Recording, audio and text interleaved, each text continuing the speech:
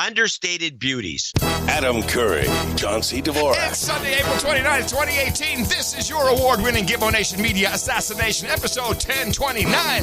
This is No Agenda. Reporting from the front lines of all dimensions and broadcasting live from the capital of the Drone Star State here in downtown Austin, Tejas, in the Cludio. In the morning, everybody. I'm Adam Curry. And from northern Silicon Valley, where I'm running the operation on Counterfeit Inc., I'm John C. Dvorak. It's Crackpot and Buzzkill in the morning. Counterfeit ink. Counterfeit ink. You mean printer ink, I'm sure. I know you're a print aficionado. Yeah, printer ink. All right. Yeah, I use these bogus inks, and they, don't use the bogus ink; it'll clog the head. It's gonna ruin your printer, and sometimes they will just reject it, won't they? The printers will reject it as a non-official cartridge. They got sued over this a number of times. So what do you end up with now? The newer printers does the following: you stick the thing in. Now sometimes it just says it doesn't know, and it says, okay, here we go. But a lot of times it says, hey, this isn't right. This is not an original ink. It's not the right ink. Yeah, exactly. You sure you want to go ahead? Yeah. Oh, they let you do it. They do let you do it. Okay. Yeah, and they say, yeah, I'm going to go ahead. Oh, okay. And then, now your warranty's no good. The printer's like a $50 printer. I mean, what's the warranty? Not even. I think I told you this. I needed a printer for, obviously for some printing, which I never do. And the printer, after, all deductions and whatever promos, I think it cost $17. It was nothing. And they delivered it for that, too. Oh, wow. Yeah. Wow, man. Yeah, wow, man. It's really groovy. Well, you sound chipper. You had a good weekend, I trust. Did I? Mm-hmm. Well, the Warriors won last night. Oh, yay. Go Warriors. Woo. It was a funny game. It was one of these. I had to describe the game to someone. It was like, I don't want to get into sports talk. No, me neither. But was it rigged as usual, or was it different this time? This was a one-sided, lopsided slaughter, and it was. I don't believe it was rigged. Oh. The rigging only takes place at the end if there's any rigging. But it was like the only way to describe the Warriors when they play this team plays. It's a very defensive-oriented team. The only way to describe it, and I think the other team would agree, it's horrifying. It's horrifying to watch this team play another team.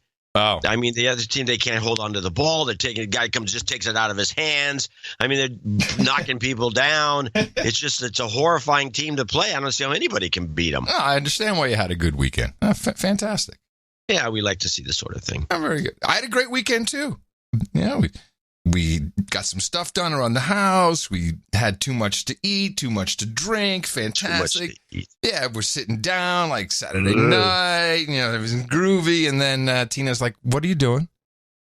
I said, "No, I have to watch this." But it's a bunch of people in a big place. What are you doing? This is not a romantic Saturday night. I said, but she knows better. It's the watch. Well, she didn't know what it was. We haven't lived together for a full cycle, so she doesn't know she's about. Not familiar with this idiotic event. No, with the White House Correspondents' Dinner and our incessant need to watch it. Well, I missed it last year, as you recall. Yeah. I would have missed it had we not turned on the telescreen, and before I could switch to some on-demand stuff, there it was. Like, oh, right. Yeah, now you're stuck because this is your job. You got to do it. Yeah. Fun time over. So the Correspondents' Dinner was a bust. Should we explain this for people who don't really understand? There's a press association in Washington, D.C. called the Washington Correspondents Association, something like that. And it's the White House. The White House. It's White House Correspondents. White House Correspondents. And this group, the main group, there's little offshoots of it, the different kinds of lesser clubs that show up every so often, but is the main. And they are a club, and they have scholarships, and they give little awards. They give little awards to each other.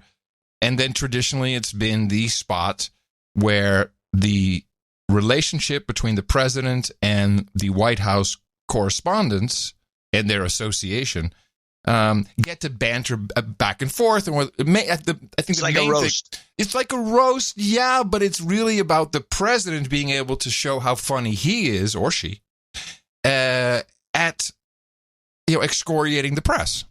Yeah. But that's based on an old version of the relationship between the press and the White House.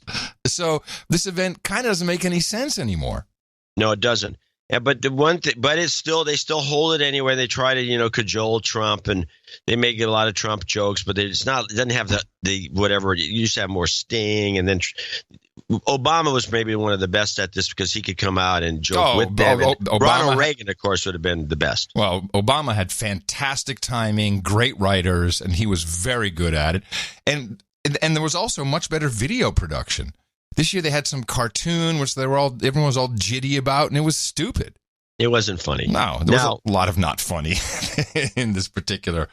Before they began with the jokes and stuff, they honored a bunch of journalists and talked about all the ones that have been arrested. And they brought this one woman out who, I guess they got her out of jail somehow, and she gave this little spiel. And within her spiel, this is the clip, is one of the journalists honored. Within her spiel, she throws in a little gem in here that I'm thinking, what kind of an observation is this, and what is she trying to tell us? I'm not a terrorist, but a social activist. 7 years ago, and during Egypt Spring, I left my Juris Doctorate degree and flew from DC to Cairo to carry with me the values of humanity, freedom, and pursuit of happiness. That I helped clean garbage from neighborhoods and playgrounds, helped educate little girls, and save little boys in the streets from being raped by older men on cold winter nights. What?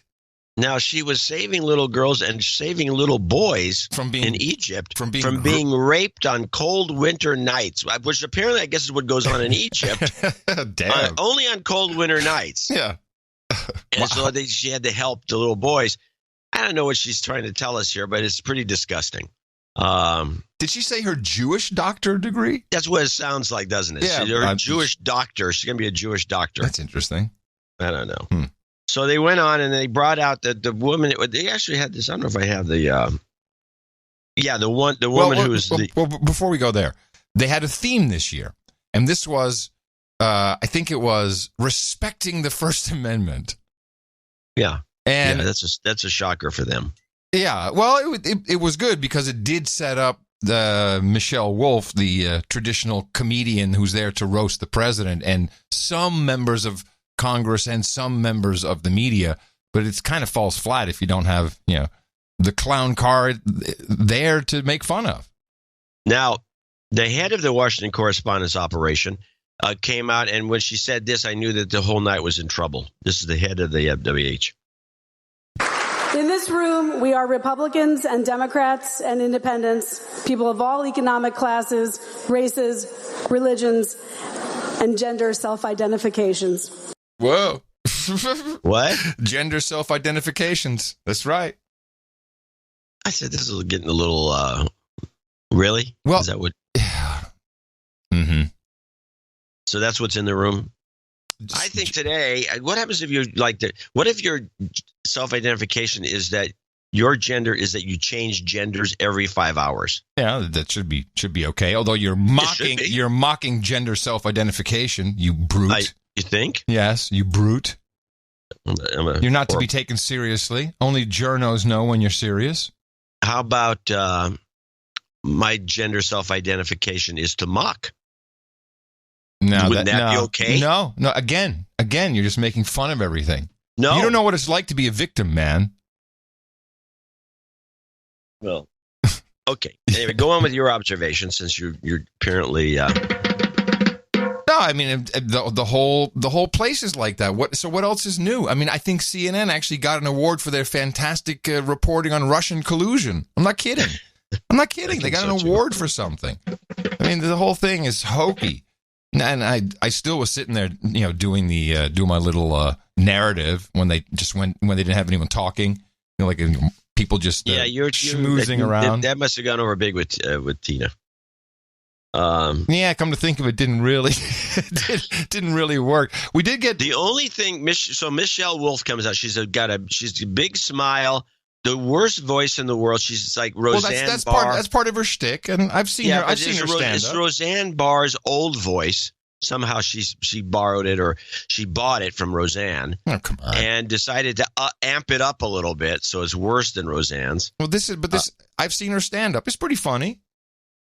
Well, that's hard to believe. Yeah, I know. The only funny thing she said was kind of at the beginning, and then, of course, I had to screw with it. This is the Michelle Wolf Michelle, is this the right one? Yeah, this is the Michelle No Agenda, not the ice. And just a reminder to everyone, I'm here to make jokes. I have no agenda, no agenda, no agenda, no agenda. I'm not trying to get anything accomplished. So everyone that's here from Congress, you should feel right at home. I watched it again this morning as I wanted to pull one or two clips.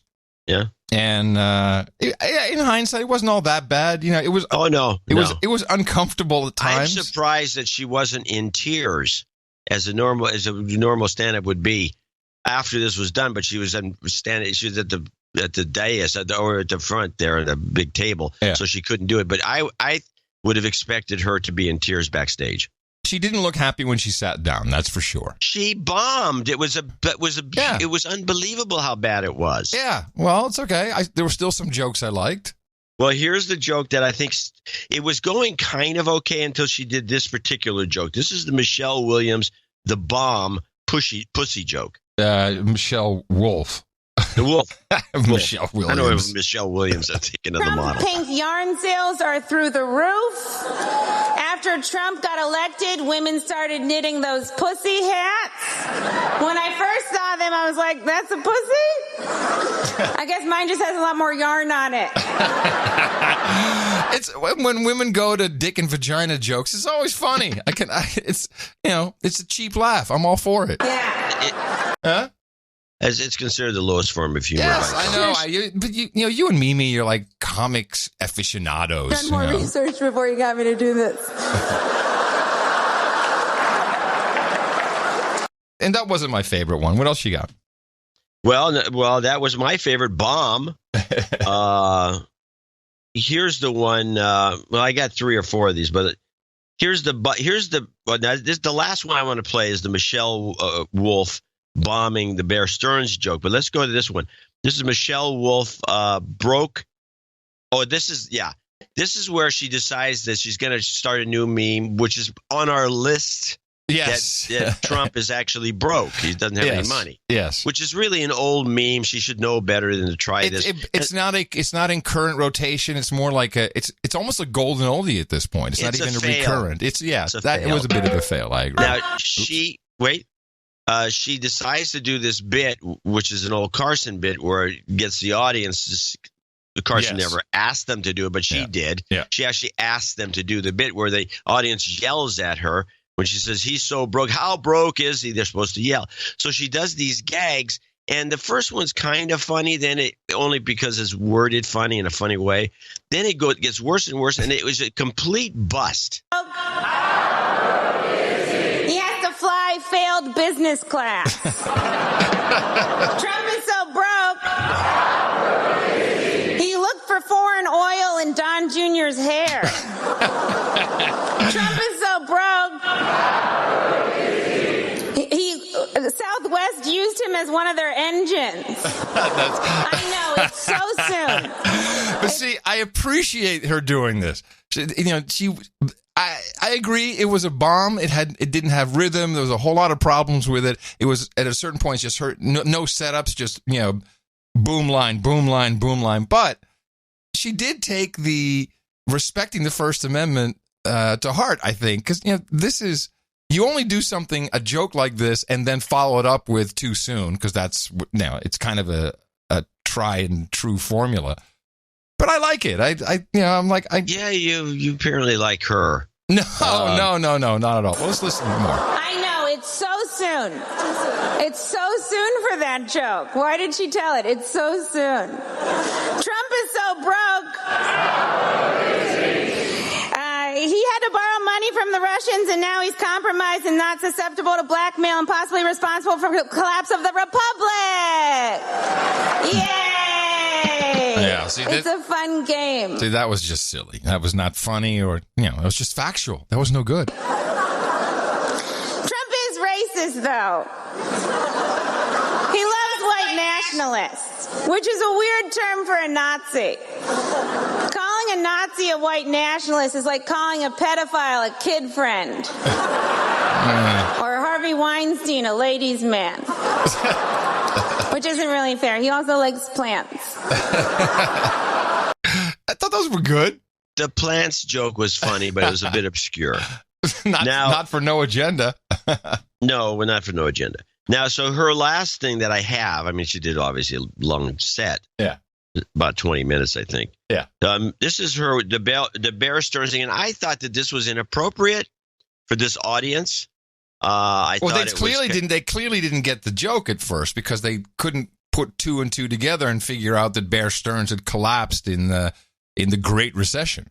Oh, I think maybe half of them couldn't figure that out because they, after all, are journalists and don't remember anything. Yeah, but there's some setup lines in here that are technically funny, and she's is well structured. It's the wrong audience. The timing stinks. She bombs. As she finished up, this was the biggest bomb of the night, and I think that she should have been in tears after this. But good for you. Mike Pence is a weirdo, though. He's a weird little guy. He won't meet with other women without his wife present. When people first heard this, they were like, that's crazy. But now in this current climate, they're like, that's a good witness. Which, of course, she also had a lot of stumbling in the punchline problems, which when you're already in a rough rhythm, and she fumbled a lot of her punchlines. Yeah, she fumbled a lot of the setups. Yeah. To the Me Too movement, it's probably the reason I'm here. They were like, a woman's probably not going to jerk off in front of anyone, right? I like this. And to that I say, don't count your chickens. There's a lot of parties. Now, I've worked in a lot of male-dominated fields. Stop. So her punchline to this is, don't count your chickens, and she muffs that. It was I don't know why you think this is funny. No, it was funny, but it was a bad punchline. I agree. She says, she should have said, don't be so sure, would have been funny. Then don't count your chickens, to the point where what's the don't counting your chickens is like a cross reference to don't be so sure. Yeah. It's like it's taking the joke and adding some. No, that was technically wrong. You're right. It was technically bad. Yeah. And so then she doesn't even say don't count your chickens clearly. It's like double. I mean, it was like you couldn't even understand that. So she takes and botches that, because I think what she sensed was when she said a woman's not going to masturbate in front of a big audience or jerk off, I think she said. Yeah. I think the audience fell so flat at that moment, like, why is she – what has this got to do with anything? I think she realized that was a bomb. And now she was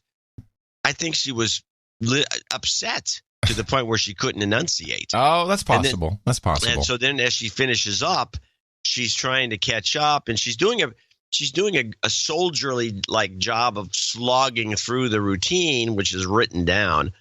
And she manages to get through it. But I really can't not believe that she was very upset by how it worked out. Of male-dominated fields. Before comedy, I worked at a tech company, and before that, I worked on Wall Street. And honestly, I've never really been sexually harassed. That being said, I did work at Bear Stearns in 2008. So although I haven't been sexually harassed, I've definitely been fucked. Yeah, that whole company went down on me without my consent. And no men got in trouble for that one either. Yeah. You didn't like that? Things are changing. You didn't like that? The Bear Stearns? It was, like I said, it was well structured, but it wasn't getting any laughs. Mm. And really the key to all this is you got to get some laughs, and you got to get the audience going. She lost the audience with the pussy joke. Yeah. And she never recovered, never got him back, didn't know how to do it. It was like watching an amateur up there, which I believe she is, kind of. She's not like a high-end comic by any means. No, I don't understand why they don't bring somebody in. They get him to do it. Frank Caliendo would be funny. There's a lot of people out there with the skill set that can handle an audience like this. Yeah, I've always thought Frank Caliendo is the guy for this. Yeah. Whoever that is. Yeah. Well, you know who it is. You just don't know all right. his name, apparently. But you know who Frank. If Frank Caliendo would kill this audience, it would be fantastic. And it'd be good for his... Okay. But the premise is all wrong. There's no reason to have a roast when the subject of the roast is not there. This is the whole problem. You cannot win at all doing this. It just doesn't make sense. Now, what I like is that she attacked a lot of people personally, which I like it. I don't know what to say. It's I know you like it, but you're not supposed to attack people on the dais unless it is a roast about them. Or you're the roastee, you're condemning everybody. What she did was against the rules. Here is a collection. Why did she go after Sarah Sanders but not go after the guy sitting next to her? Well, I'm gonna play a few a little collection of mean things she said. Good evening. Here we are. Well, not just the mean, White House Correspondents' Dinner. This is a compilage. Like a porn star says when she's about to have sex with a Trump. Let's get this over with. It's 2018, and I'm a woman, so you cannot shut me up. Unless you have Michael Cohen wire me $130,000. That was good. Michael, you can find me on Venmo under my porn star name. See, that's dumb. It was good already. She didn't have to do this one. Reince Priebus. Reince just gave a thumbs up. Okay. Mike Pence is what happens when Anderson Cooper isn't gay. You guys gotta stop putting Kellyanne on your shows. All she does is lie. If you don't give her a platform, she has nowhere to lie. It's like that old saying. You see, people were clapping. Do you hear that? Someone was clapping in the audience. Yeah, they also took one shot of Kellyanne. Oh, yeah. She's just looking at her. I mean, every time they shot the audience, I saw very few people except young millennial women. Yes. Plenty of those. And Dana Bash. Nowhere to lie. It's like that old saying. If a tree falls in the woods, how do we get Kellyanne under that tree? I'm not suggesting she gets hurt, just stuck. Part of her problem is this is actually how I think people talk. Certainly in DC, certainly in M5M. It's executive mode. They talk, and there's this executive mode feeling, we can kind of say anything. And she really went all in on that. And, again, if Trump were there, it would have been better. Wait, before you say she went all in, she goes politically correct in that last joke, and she says, I don't want to suggest she get hurt. I just wanted to see stuck. She gets stuck. That's fun. Now, that I agree is kind of humorous. It made it good. But what is the point of going? What is the point of that except to correct you? Oh, you said you want to get her. You want her to be hurt. This is kind of, again, we're dealing with the political correctness of the left. Yes. And it takes it. John, she saved it well, but it was just still like, wait a minute, what is this? Okay. So the reason I like it so much is heads explode from this in the audience, on the dais, in the shows afterwards. Twitter was blowing up. Everyone's all upset about it. That's funny. I like that. I'm just going to continue. Stuck under a tree. Incidentally, a tree falls in the woods is Scott Pruitt's definition of porn. I didn't get that. It was just a bad joke. There was a bunch of jokes like that one. I didn't get that one. I didn't get the joke about Trump being the engine on an Southwest flight. What is that supposed to mean? Broke because the engine was broke. Oh, because it was all the broke jokes. Yeah. And I'm not really sure what to call Sarah Huckabee Sanders. Is it Sarah Sanders? Is it Sarah Huckabee Sanders? Is it cousin Huckabee? Is it Auntie Huckabee Sanders? Actually, I want to play the full bit of that. We are graced with Sarah's presence tonight. I have to say I'm a little starstruck. I love you as Aunt Lydia on The Handmaid's Tale. See, we just watched the first 2 episodes of the new season. The We Hate Christians, Christian white males show. And she does look like Aunt Lydia. But that was immediately, and I think maybe not even intent. I don't think she looks like Aunt Lydia from that show. But immediately it's like, it's talking about her weight. And I don't think that was the original intent. but that's how people are just thinking. Well, I would say that is the original intent, not necessarily specifically, but she does have a weight joke shortly thereafter. Mike Pence, if you haven't seen it, you would love it. Every time Sarah steps up to the podium, I get excited because I'm not really sure what we're going to get. You know, a press briefing, a bunch of lies, or divided into softball teams. It's sure. Now, is that like a lesbian softball team joke? Is that what that is? Only a certain type of woman plays softball? Well, maybe. I didn't think of it that way. I just thought that, she looks like the type that would, have a group together and say, we're going to play softball and then divide people up. I guess. No, I don't know. No, I think it's like. I don't think it was a lesbian joke. You think it was a lesbian joke? Well, hello, softball. I think, it's a type of woman who plays softball. I think. It wasn't, if I have to deconstruct it here, it wasn't good. I don't know, but if you've ever watched those women who play softball on the college level that are on television because you don't watch sports, there's a couple of chubby girls there, but most of them are pretty thin. Okay, and this time, don't be such a little bitch, Jim Acosta. And I'm never really sure what to call Sarah Huckabee Sanders. Is it Sarah Sanders? Is it Sarah Huckabee Sanders? Is it Cousin Huckabee? I like that. Cousin Huckabee, is that kind of an incest joke from the South? Could be. Yeah. Is it Auntie Huckabee Sanders? Like, what's Uncle Tom but for white women who disappoint other white women? This. I know. Aunt Coulter. Okay. So her double payoff with Aunt Coulter was dumb. But that was a harsh one. And Tina said this morning, I said, I had the same stance. She says, yeah, but as you know, there's a special place in hell for women who put the scourge on other women. Special place in hell. And that was it was racial. It was a whole bunch of things in one. That was an odd joke to make. For white women who disappoint other white women. Oh, I know, Aunt Coulter. I actually really like Sarah. I think she's very resourceful. Like, she burns facts, and then she uses that ash to create a perfect smoky eye. Like, maybe she's born with it. Maybe it's lies. See, I think those were two jokes that you probably didn't get. Did she say burn fat? No, burn facts. Burn facts. Burn facts to create the perfect smoky eye. It sounded like she said burn fat. No, she didn't say that. No. But you understand the two jokes here? Because I think they were way too obscure. One is, to create the perfect smoky eye. That's got an eyeball. No, her eyeball. No. Yeah. No, what is she saying there? No, smoky eye, this is a very female thing. Smoky eye is the makeup you put above and on your eyelid, which is usually a little darker. So that's smoky eye. And then she says, maybe it's smoky. What did she say? Hold on a second.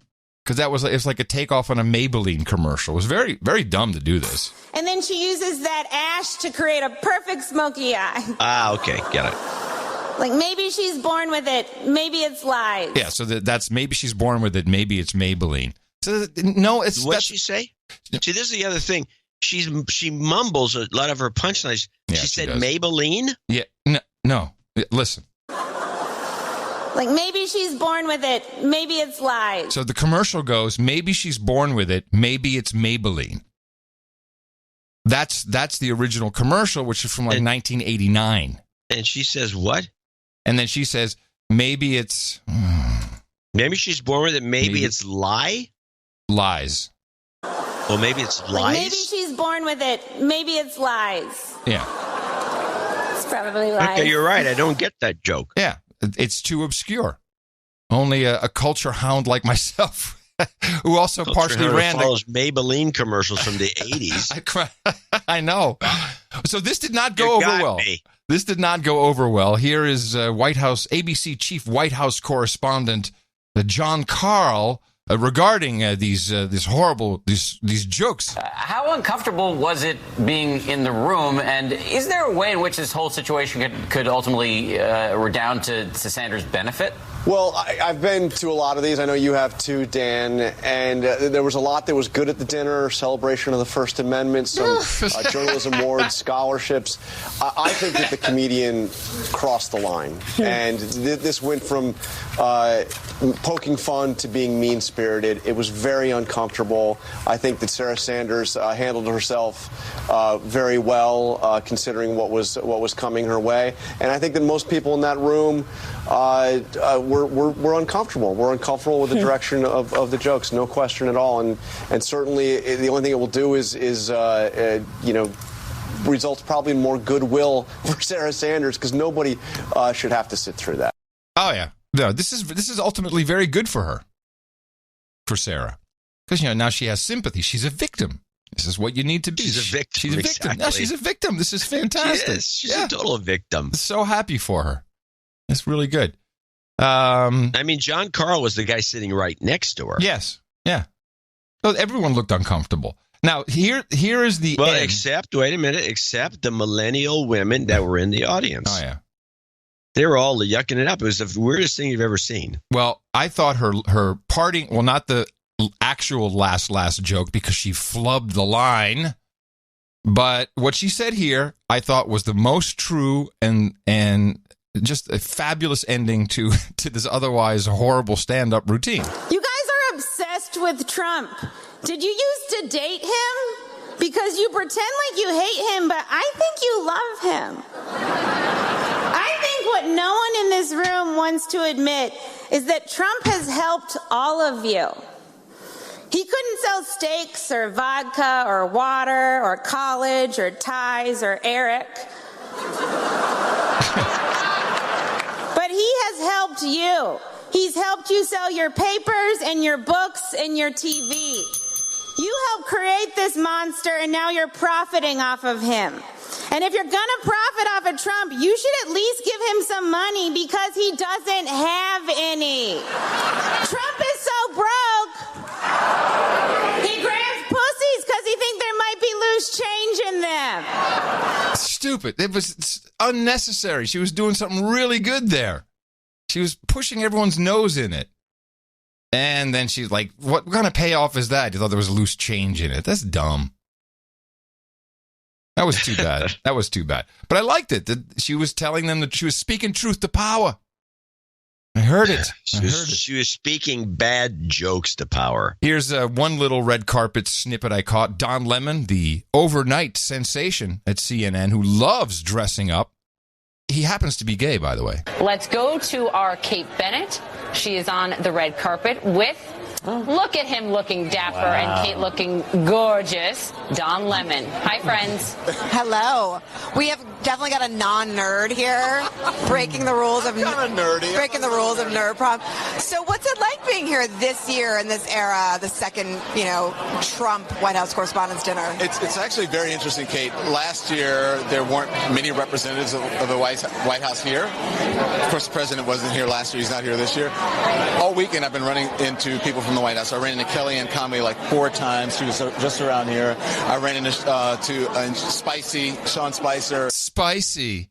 Ooh, he has a nickname for him, Spicy. A couple times today, and it's weird just like seeing them out and about with the media, because what they say about CNN, supposedly we're fake news, but we only got turned down a couple times. I won't say by whom on the coverage. Got turned down a couple times. I won't say by whom. Oh, well. So this is a very pop culture time, though. People are talking about Kanye West. They're talking about the president.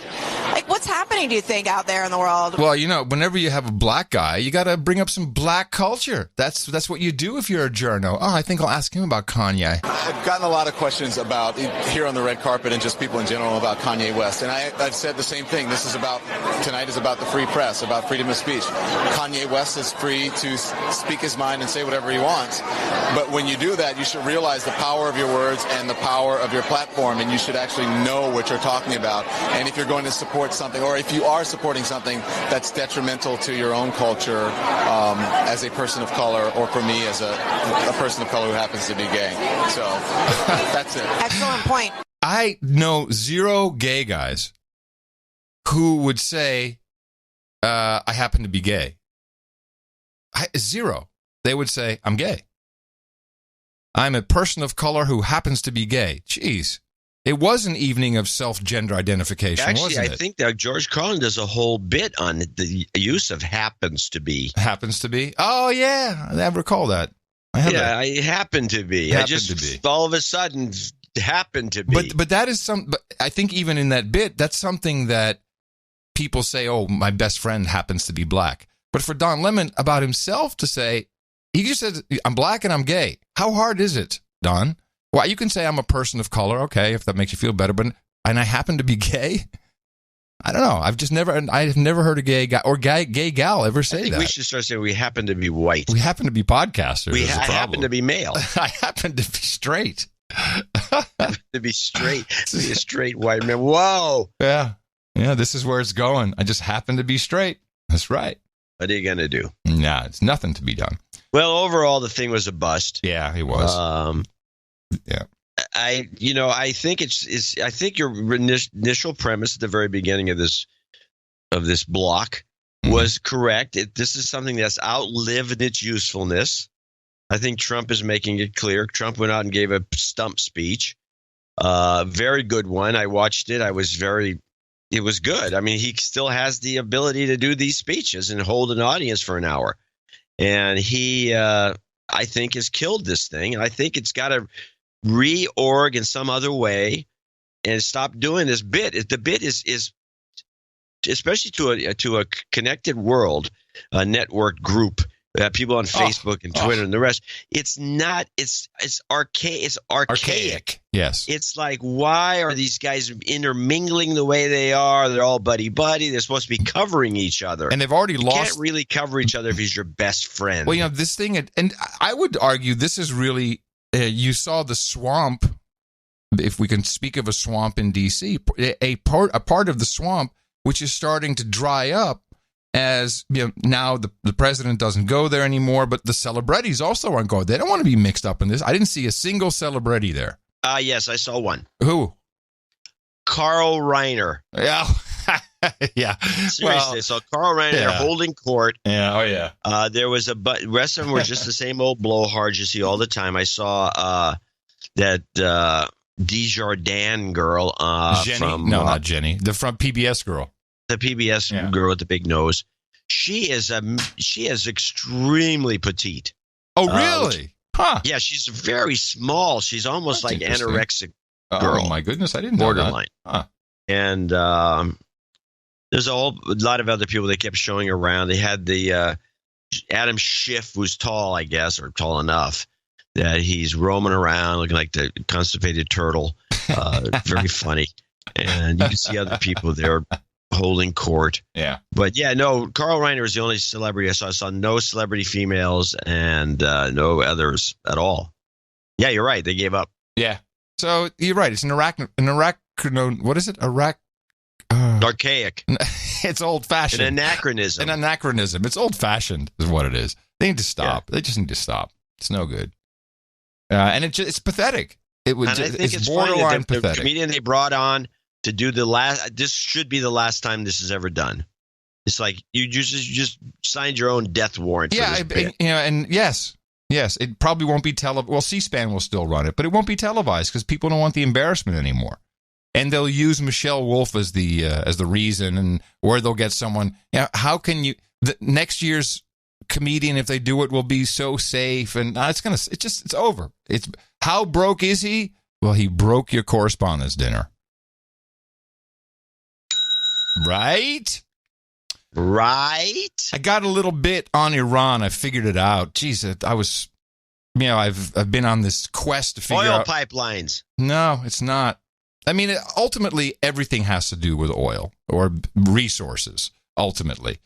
But we've had the president continuously, mentioning Syria, Iran in one breath. In fact, here's a little bit I picked up from this week. In our meetings today, this is when he was with Angela Merkel. Chancellor and I discussed Iran, the Iranian regime, fuels violence, bloodshed, and chaos all across the Middle East. We must ensure that this murderous regime does not even get close to a nuclear weapon, and that Iran ends its proliferation of dangerous missiles and its support for terrorism, no matter where you go in the Middle East. Wherever there's a problem, Iran is right there.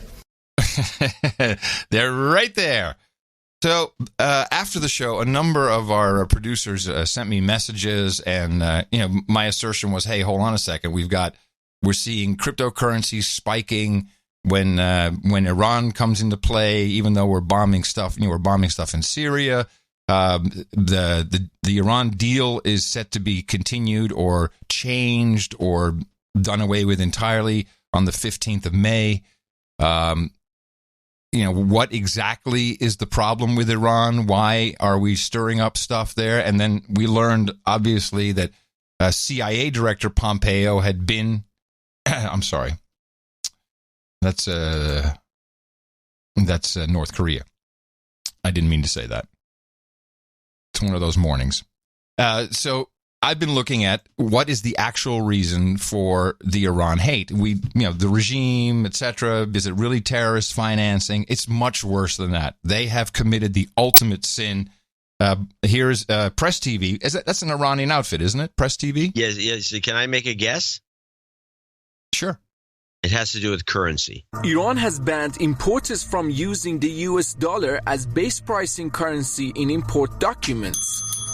Iran says pricing in import documents should be based on non-dollar currencies such as euro, as well as the national currencies of major exporting countries. The move is seen as part of Iran's efforts to ditch the greenback.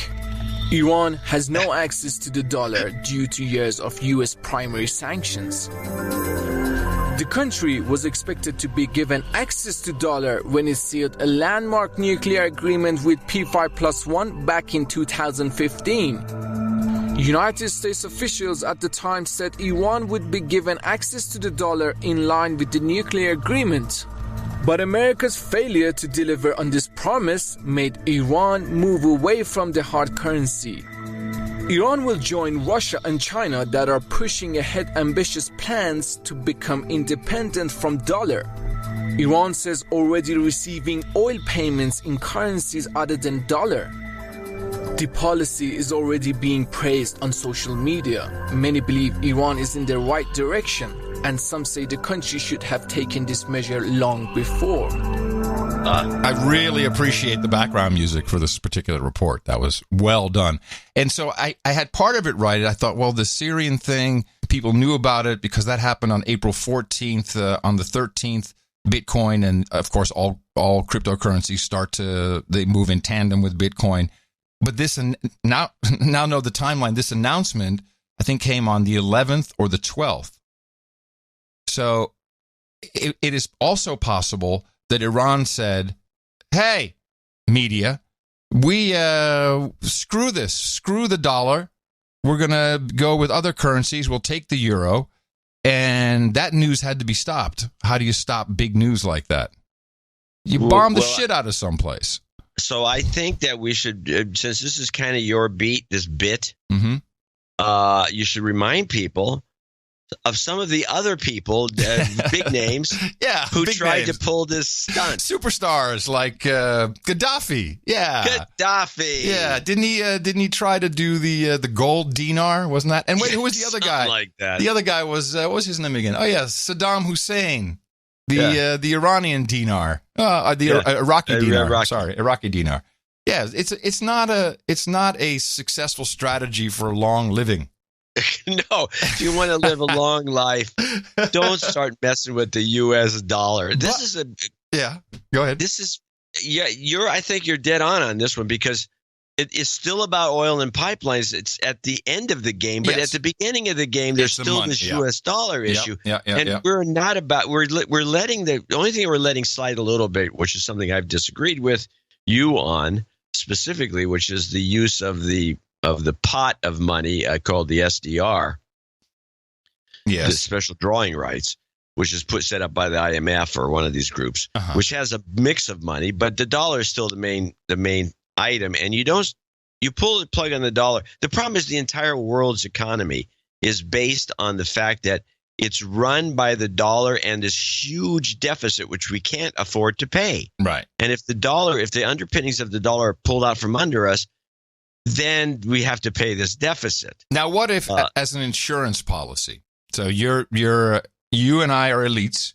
We hang out with the SDR crowd, with Fifi, and we're up at the upper echelons. We're talking about this issue, and we like America. We want America to be strong, but we're globalists, so we really want to be on top of everything. We want to be in charge of the whole shebang, and not give it to just the U.S. president. Foresee what these idiots in America did. They elected the orange clown. This was no good. Yeah. So maybe we'd sit around with our buddies from the NSA and CIA, talking about who we're going to kill or how we're going to keep control. But you know what? Insurance policy time. Why don't we create another currency? And we'll make it so no one really knows who created this. And we'll let that sit for a while, and we'll spike that, and we'll start to have people use it as money. And maybe we have some control over it, or maybe we can actually decode the hashes because we have the computing power. I don't know. But you'd think that Bitcoin could be a very interesting play in this game. Well, there's some theories out there, and unfortunately, because I didn't know you were going to go in this direction today, because I left out my Bitcoin clips. Oh. But there are some theories out there that the whole thing is a scam to get people to throw in, especially at these higher rates, and pretty much break themselves to get money out of circulation. Possible. Very possible. I mean, there's a group of people out there that are basically suckers. Well, patsies. Everybody wants digital currency. I mean, the central banks, everybody wants this. And there's that element in play. Then now, when you say everybody, you're making a mistake, because I'm not one of them. No, I'm talking. Hello, we're still up here with the elites. Hello, we're up here talking to Fifi. Okay, well, if you're thinking that, you think the elites are thinking that way, that they actually believe that everybody wants digital currency? No, they are everybody. No, I'm saying, do you think? Okay, I'm an elite. You're an elite for the moment. Do you think that the two of us are actually, as elites, are genuinely thinking that people want digital currency? No. The people who are staunchly against it, who really hate the whole idea of digital currency, they're the ones we dupe with the Bitcoin, which we secretly control. Yes, we can dupe them because they're dupable. Right. Hey, they buy $1,000 pieces of hardware. The funny thing, the irony of this duping is that is digital currency. If you're someone who sits around saying, I like cash, yeah, why don't you buy gold? If you really like salt, you like something you can put in your pocket and take with you and put under the mattress. You can't do any of that with the Bitcoin. It is the epitome of digital currency. Well, I don't have to tell you who the gold bug is in the family. Well, there's that. Yeah. Yes. Mm-hmm. The gold bugs are going to make a comeback. The gold bugs I think the gold bugs have been put in a position where they've been marginalized, but I don't think that's long term. I think that's just a short term thing. I think gold may be the way. We should all start thinking about gold. And you know me, for 10 years I've not said that, but I'm starting to say it now. Right. And who was saying it 10 years ago? Yeah. What has it gotten you? Well, it took me go into the details. But from a value standpoint, when I was talking about it and you were calling me a gold bug and a nut job, it went from 700 to 1,500, pretty much doubled. Yeah. And what is it now? 11, 1,200? Where is it? It's about 13. Oh, 13? Okay. 13, maybe up to 13.5, something like that. But forget all that. Forget that. I'm just looking at the big picture and possible scenarios. But for sure, that scenario is not out of play. You're not the only one thinking that particular thought. I know. We still don't really know who created Bitcoin. We're seeing it already in the markets. We have all the major bourses, exchanges saying, once we have some regulation, then we'll be happy trading cryptos on our system. They'd be crazy not to. Their lunch is being eaten by these fly-by-night operations that are doing trading, put up trading systems. I mean, there's thousands of them. It's just insane. So, they all see the writing on the wall. Now, it's still not money to me. And I would hate to have to, base my life on it. It's like, hey, pay me in Bitcoin. Maybe I can pay the rent, or I just might miss it if it goes down too much. But I can totally see them trying to stabilize this and moving everyone over and really controlling it. Let's see what pulling the rug out from under. Let's wait until Jamie Dimon really comes back on it. Just control. You don't have to pull the rug on anybody. Just have control. Have control. The control is being built into Bitcoin. If anybody thinks the banks are going to go out with a whimper, no, of course not. They got to have their heads up their ass. These bankers run everything. Yeah, but that's why I'm looking at this as a very viable theory. And we still have. I don't think Trump is a part of this plan. And he's like, oh, we got to protect the dollar. So that's what Iran is about. But it is interesting that the cryptos are the things that where you can really track it. So I'm looking at that now. All right, so let's go back to Trump in Michigan, and I think I've spotted a couple of new things. Okay. Now Trump is still good at holding the big audience. If anyone thinks the guy's losing it, he's crawling around like Nixon did the last days supposedly in the White House. I don't see any evidence of it in his speech. The same kind of speech, holds an audience, does a really good job of cajoling them and getting them to yell stuff like "I love you, Trump." How about no bell, no bell, no bell? Yeah, no bell. That was a good one. Now, that was great. I figured out what his new angle is going to be based on a couple. I got 4 clips you can play. I don't know how many you want to play. One of them I thought was kind of interesting because I never heard the story before about the British Embassy. And actually, the British Embassy story is interesting because it gives a little hint as to his new direction politically insofar as how he's going to appeal to the public at large. Let's play that. Reading about it. So the embassy, but it's not that, look, it's opening in a month. Now, as you know, in the UK, in London, we had the best site in all of London. The best site. Well, some genius said, we're going to sell the site, and then we're going to take the money and build a new embassy. That sounds good, right? But you have to have money left over if you do that, right? So they sold the site for I think, and I'll check the numbers because they'll say, oh, he misrepresented it, but these numbers are close enough. They sold the site for $250 million. They think they're geniuses. They go out and they buy a horrible location, and they build a new embassy. That's the good news. The bad news, the embassy costs over $1 billion. So now what do we have? We have an embassy in a lousy location. And I was supposed to cut the ribbon. I didn't do the deal. It was started by Bush and Obama. It was a Bush-Obama special. But it could have been stopped by Obama. It would have been stopped by me. So they have. So I said, what kind of a deal is that? You sold this great site. It's the best site in London. Literally, the best site. They were so happy they got $250 million or whatever. But they spent all of that money plus a lot more to build a new embassy in a lousy location. So, I don't know, folks. We need a whole new thinking here. We need a whole new thinking. We need a whole new thinking. We're going to finally put America first, okay? Hey, does this embassy have a green zone? I mean, how big is this place? Well, you have to remember this is a Bush. I like the use of the word a Bush-Obama special, which is, I think, when I play the next clip, I think I've seen where he's going to go with his targeting over the next period. But this was a period after 9/11 when Bush. And they were still in Iraq, and they were building that monster, the Green Zone monster. Which was multi-billion-dollar with the big green zone. Multi-billion-dollar embassy, which I think they've half abandoned now. And it's more or less of a spying. It's more like a CIA office and so they built this thing in London out in the middle of they did have a great location for their old embassy. You probably have been by it. Sure. And they moved this thing to some, it's like one of these brick. Or not brick, but a big cement, ugly-looking piece of crap, which they've been building all over the world. These embassies are not anything to be proud of in terms of their appearance. They're more like bunkers. They're like bunkers. They're secure. They have, they got this. Supposedly the Russians can't drop bugs all over them or whatever it normally goes on. And it costs a lot of money.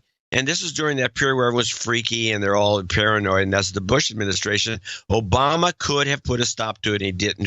Has this thing been done by some high-end architect? That's what it looks like. Oh, I don't know. Jeez. It should say on the picture if you're looking at the picture. So let's go to where I think Trump's going to be head. This is Trump in Michigan blaming the new target. With the European Union last year, it sounds so nice, the European Union. You know why? I mean, they literally did, like I said, they formed to take advantage of the United States. And I don't blame them. You know what? I don't blame them. I don't blame President Xi.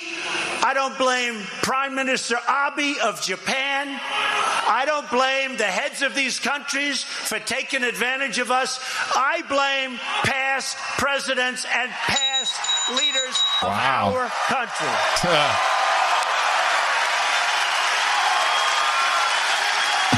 Wow, that is possibly the most American-type message you could give to the world leaders. Yeah, he goes on with the stories. That's very interesting, and I've heard him ramp this up, and this is totally his new thing. It's like, hey, world, we may have screwed you, but it was those guys. He has decided, and I think this could be effective because we've seen especially with Bush. Who nobody really liked, and except, there's some diehards, and the Christian right liked him quite a bit. And Obama, which was really pretty much the black community, loved the guy to the end. But generally speaking, and I don't know about Clinton, but these presidents aren't necessarily liked, and they're seen as douchebags by some circles. But no one's ever actually gone after the past presidents the way this guy. No, looks it's like not done. It's like a not done type of thing, which is why he's doing it, I'm sure. Well, maybe it's going to work because it sounds like it might not. There's more to that clip, I believe. Yeah, just before he starts ramping it up. You can see where he's headed. You can see, and you have to look at these speeches he does to the stadium audiences. And by the way, I watch this stuff, and it's just like, if this guy isn't a reincarnation of Mussolini, I do not know who is. Wait. He does this thing. I've never seen any of the impressionists do it, but you've seen him do it. He does it when he's seated. The profile. He jerks his body over, and he doesn't just turn his head. He moves his whole body over about 45 degrees and then turns his head and stares at something at a direct angle at someone or something with a very stern look. And he usually does it to the left. He does it to the right once in a while, but it's almost always to the left. He's got that's his good side. And he'll do this, and he poses it. Yes. And it just looks like Mussolini. People got to go back and look at Mussolini. No, you've mentioned this several times. I'm in complete agreement. But yeah, the idea of criticizing previous presidents is going to drive people apeshit. Because now they think that it's extremely un-American to do this. I think it's very American to do this. Hey, we screwed up with those guys. They did it with Carter, and Obama did it with Bush. Oh, really? Bush did it with Clinton. Not to this level. No, not to this level. He's blaming all of them. Yeah, but he's saying to the world leaders, hey, we killed your people. There was that other guy. Come on, this is genius.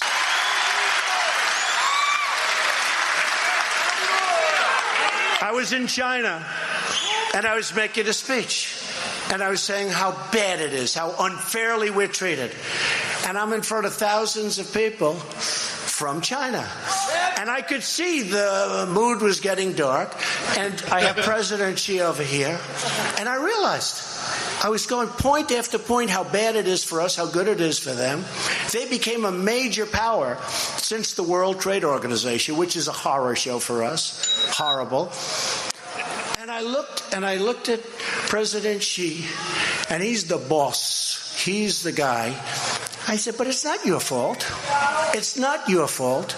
It's the fault of the representatives of the United States who allowed you to get away with it. I don't blame you, right? Right? Wow. There's got to be some research, certainly in warfare. This has got to be a very powerful move to make for your base. You know what I mean? I find his approach to this whole thing, by the way, is a form of old-fashioned storytelling. Mm-hmm. Borderline Shaggy Dog. Mm-hmm. He never quite gets to the full Shaggy Dog in terms of wrapping things around. He always wraps it back, because I have another instance where he tells a story and he starts going off topic, and I'm watching it saying to myself, how is he going to bring this back? Is he going to be able to do it, or is he just going to forget the point? Never forgets the point. Now, that said, he does have two prompters. He's not reading from them, but I think he has notes up there. And shall we do the Chinese car? He's telling a story in a way that is old-fashioned and really works well, and it holds an audience. The media just refuses to deal with this. But when they send their cars over, we charge them almost nothing. Let me give you a great example. It's so simple. China. So when they send a car into the United States, of which they send many, including parts, and you people know something about the car industry, because I'm bringing it back to the state of Michigan, right? I don't know, man. So I'm bringing it back. And, with Chrysler's moving back to Michigan from Mexico, you saw that. Some of you are beneficiaries of that one. Thousands of jobs. We have many, many car companies. You see what's going on. Toyota, many companies are opening up in Michigan. Hey, hold on a sec. Didn't Obama save the auto industry after the Great Recession? Did they just take saved General Motors? Just General Motors? Pretty much. I mean, that's the one that needed the bailing out. I think he also Motors, he offered money to everybody but Ford. Did General Motors take their money and build factories in Mexico as well? I think so. Mm-hmm. Okay, just checking. The cars are coming back to Michigan. The plants are coming back. They're being expanded. And by the way, do you remember about 6 years ago, I wasn't even running, and they gave me an award, the Republican of the Year. I guess maybe they knew what was going to happen. I don't know. I wasn't running a long time ago. And I made a speech in Michigan thanking them for the award, saying how horrible, how did you let this happen, where all of these plants close, move to Mexico, they build the cars in Mexico, they sell them across the border, no tax, we lose the jobs, we lose the taxes, we lose everything. How did anybody let this happen? And guess what? Not happening anymore, folks. It's not happening. So now they're moving back. Now they're moving back. But let me give you an example. So China, great people. By the way, great people, great country, great leader. Stop. But when they... So he started off with this China anecdote, went off. Yeah. Roamed around. And this is when I'm watching thinking, is he going to get back to telling us a story about China? And he beautifully brings it back in and then takes a little jump talking about how great the people of China are before he finally gets to the point. And it's like, it's really old-fashioned storytelling he's doing, and I think he does a wonderful job of it. Example. So China, great people. By the way, great people, great country, great leader. But when they sell a car into the United States, they pay 2.5% tax. When we sell a car into China, number one, they don't want it, because they have barriers, so they won't take it. But if they took it, it's a 25% tax, okay? So think of it. So they have a tax that's 10 times higher. Now, what they say is, we don't want your cars, we have a barrier, but if we take them, it's 25%. So we're 2.5, 25. So far, it doesn't sound good. But what's really bad is they say, we won't take your cars, we want you to build your factories in China and make the cars there. Okay. All right. But you know what? Why are they wrong? Because now we're doing that also, okay? Build your factories here if you want to sell cars in the United States. Oh, that's interesting. Let them build them in Michigan, right? Michigan. That sounds a kind of globalist. Well, the other thing is most of those car makers, Honda, I think BMW, and a few others, are building cars in the United States, and they have been for years, way before he came around. Certainly, and there's in South Carolina in non-union shops. He doesn't want to bring that up. And so it's not like this is a new invention or a new idea, but the way he presents it is like it's like all him. He does a very good job of that. And he does it in the form of these long stories. this event is just, he can do these things once a month, and the people just lap it up. It's fantastic. I think he's one of the best I've ever seen do this sort of talking. Now, he does have little needling here and there to get people to off their asses. It doesn't get into too much of it, but he does this one stab at Stabenow, the woman that's, I think she's a senator from Michigan. And he blasts the audience for letting her be a senator. I thought this was actually well done. They've got to be voted out of office. They've got to be voted out of office. And you have a senator in Michigan, Senator Debbie Stabenow.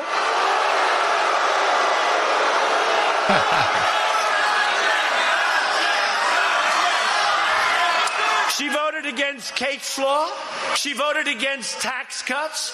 She votes against borders. She wants people to flow into the country, and you people just keep putting her back again and again and again. It's your fault. So you got to get to the poll.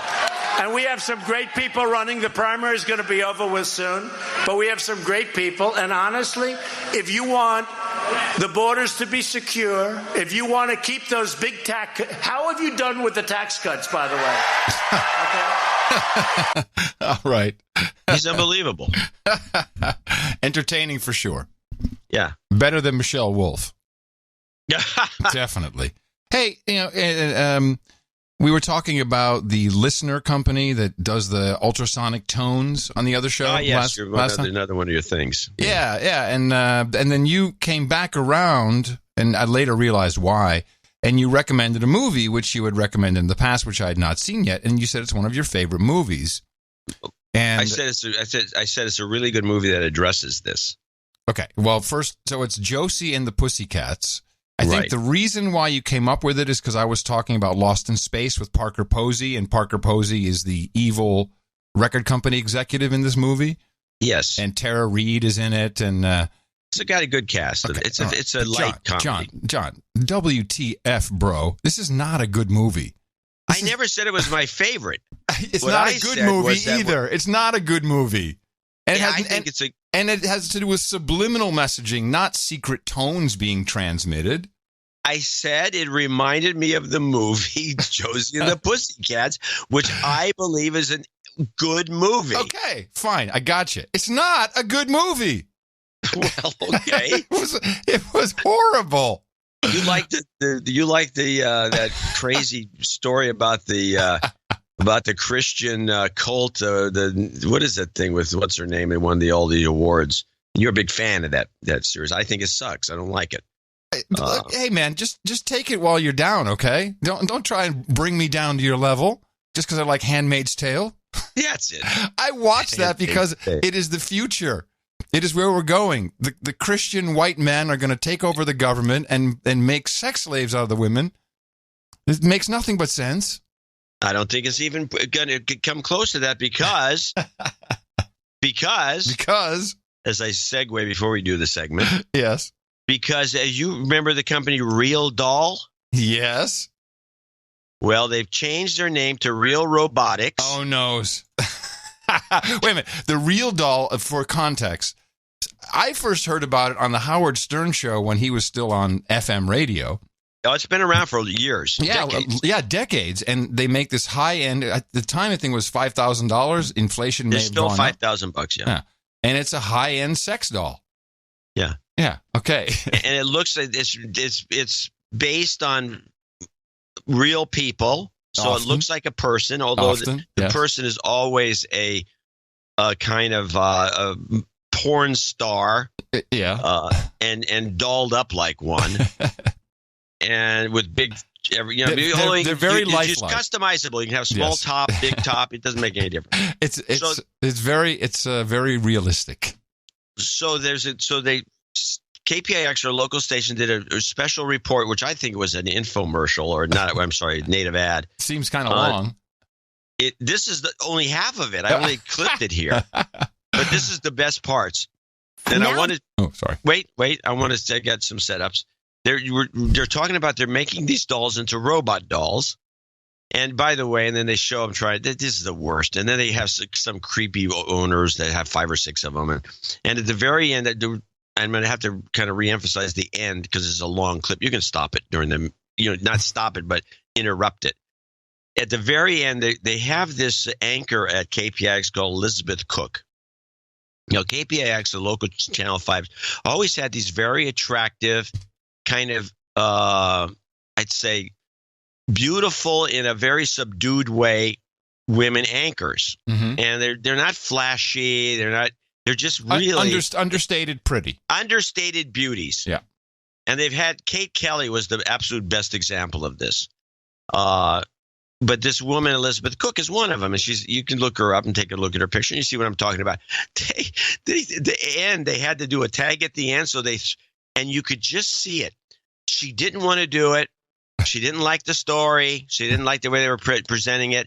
And they threw it to her at the end. So she had to do a rap. And she was so irked. Just rapping, and you can't hear it as much in her voice as you can see it in her eyes, and you know that she was not talking to anybody after this because this story was extremely irksome to women in general, and you can see why. Now they're adding AI and robotics to their stable. The inspiration for integrating AI and robotics was always in the back of my mind. I mean, when I made the initial doll, I immediately thought how amazing it would be if it could move and sort of come to life. It makes it better. It makes it more realistic. It makes it more real. Brick, who asked us not to show his face, already owns 5 dolls. I'm very sexual. I can have sex every day. Each doll costs $5,000 to $6,000. What is he, Superman or something? How is that? She could have sex every day. How is it even possible? They're beautiful. Each and every one of them are different in one way or another. An AI version could cost 3 times as much. Brick is eager to get one. Absolutely. The better toy is to have the response. The bots will be synced up to or embedded with a special AI app. In the near future, the app is the one that's going to control the robots. Brazilian software engineers Gael Lindrith and Yuri Machado. You create your own girl, and you just have to talk with her and build a relationship with her. The app allows you to create a virtual girlfriend or boyfriend on a digital device. You build the face, customize the body, choose a voice. Nice to meet you. Even program the personality by... hold on. I just got a semi from the voice. I got to hear that again. Oh, my God. Can you imagine, guys, coming home to that, a virtual girlfriend or boyfriend on a digital device. You build the face, customize the body, choose a voice. Nice to meet you. Oh, man. It's so lifelike. Even program the personality by spending points and picking among a dozen traits. If you really want her to be really sexual, you can spend 2 points on it, and she's gonna be like really sexy. Why don't you ever get mad? The more you interact and share details, the more your digital friend will get to know you, your likes and dislikes. What is the nickname you are going to call me by? Okay. Now, first of all, I looked up Elizabeth Cook. Yes, she is like a Natalie Morris. I mean, there's no way she would stand for this. She is Dementia B hating all of this. That's very obvious. Yeah, she's buttoned up. She's very pretty, but very buttoned up, and yeah, she does not like this as a public. But I've noticed something else, because this conversation came up maybe 2 months ago. For some reason, maybe it was longer than that. Sex bots were in the news again. And there was a sex bot thing that happened about 2 months ago. Yeah, you're right. Yeah, sex bot thing. And I noticed that the keeper was confused about this and was asking me as a man, woman to man, questions about, does that turn men on? All these questions. Like, no, not anyone I know.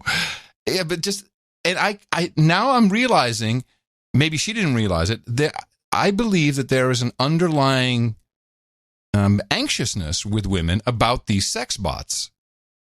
And I think we need to keep our eye on it. I agree with this. First of all, I mean, to any sane guy, I don't know if I'm a podcaster. Who am I to say anything? But no, this is not a viable substitute. It is not a lifestyle. I think myself or anyone I know. The robot's never going to get to know you. So exactly.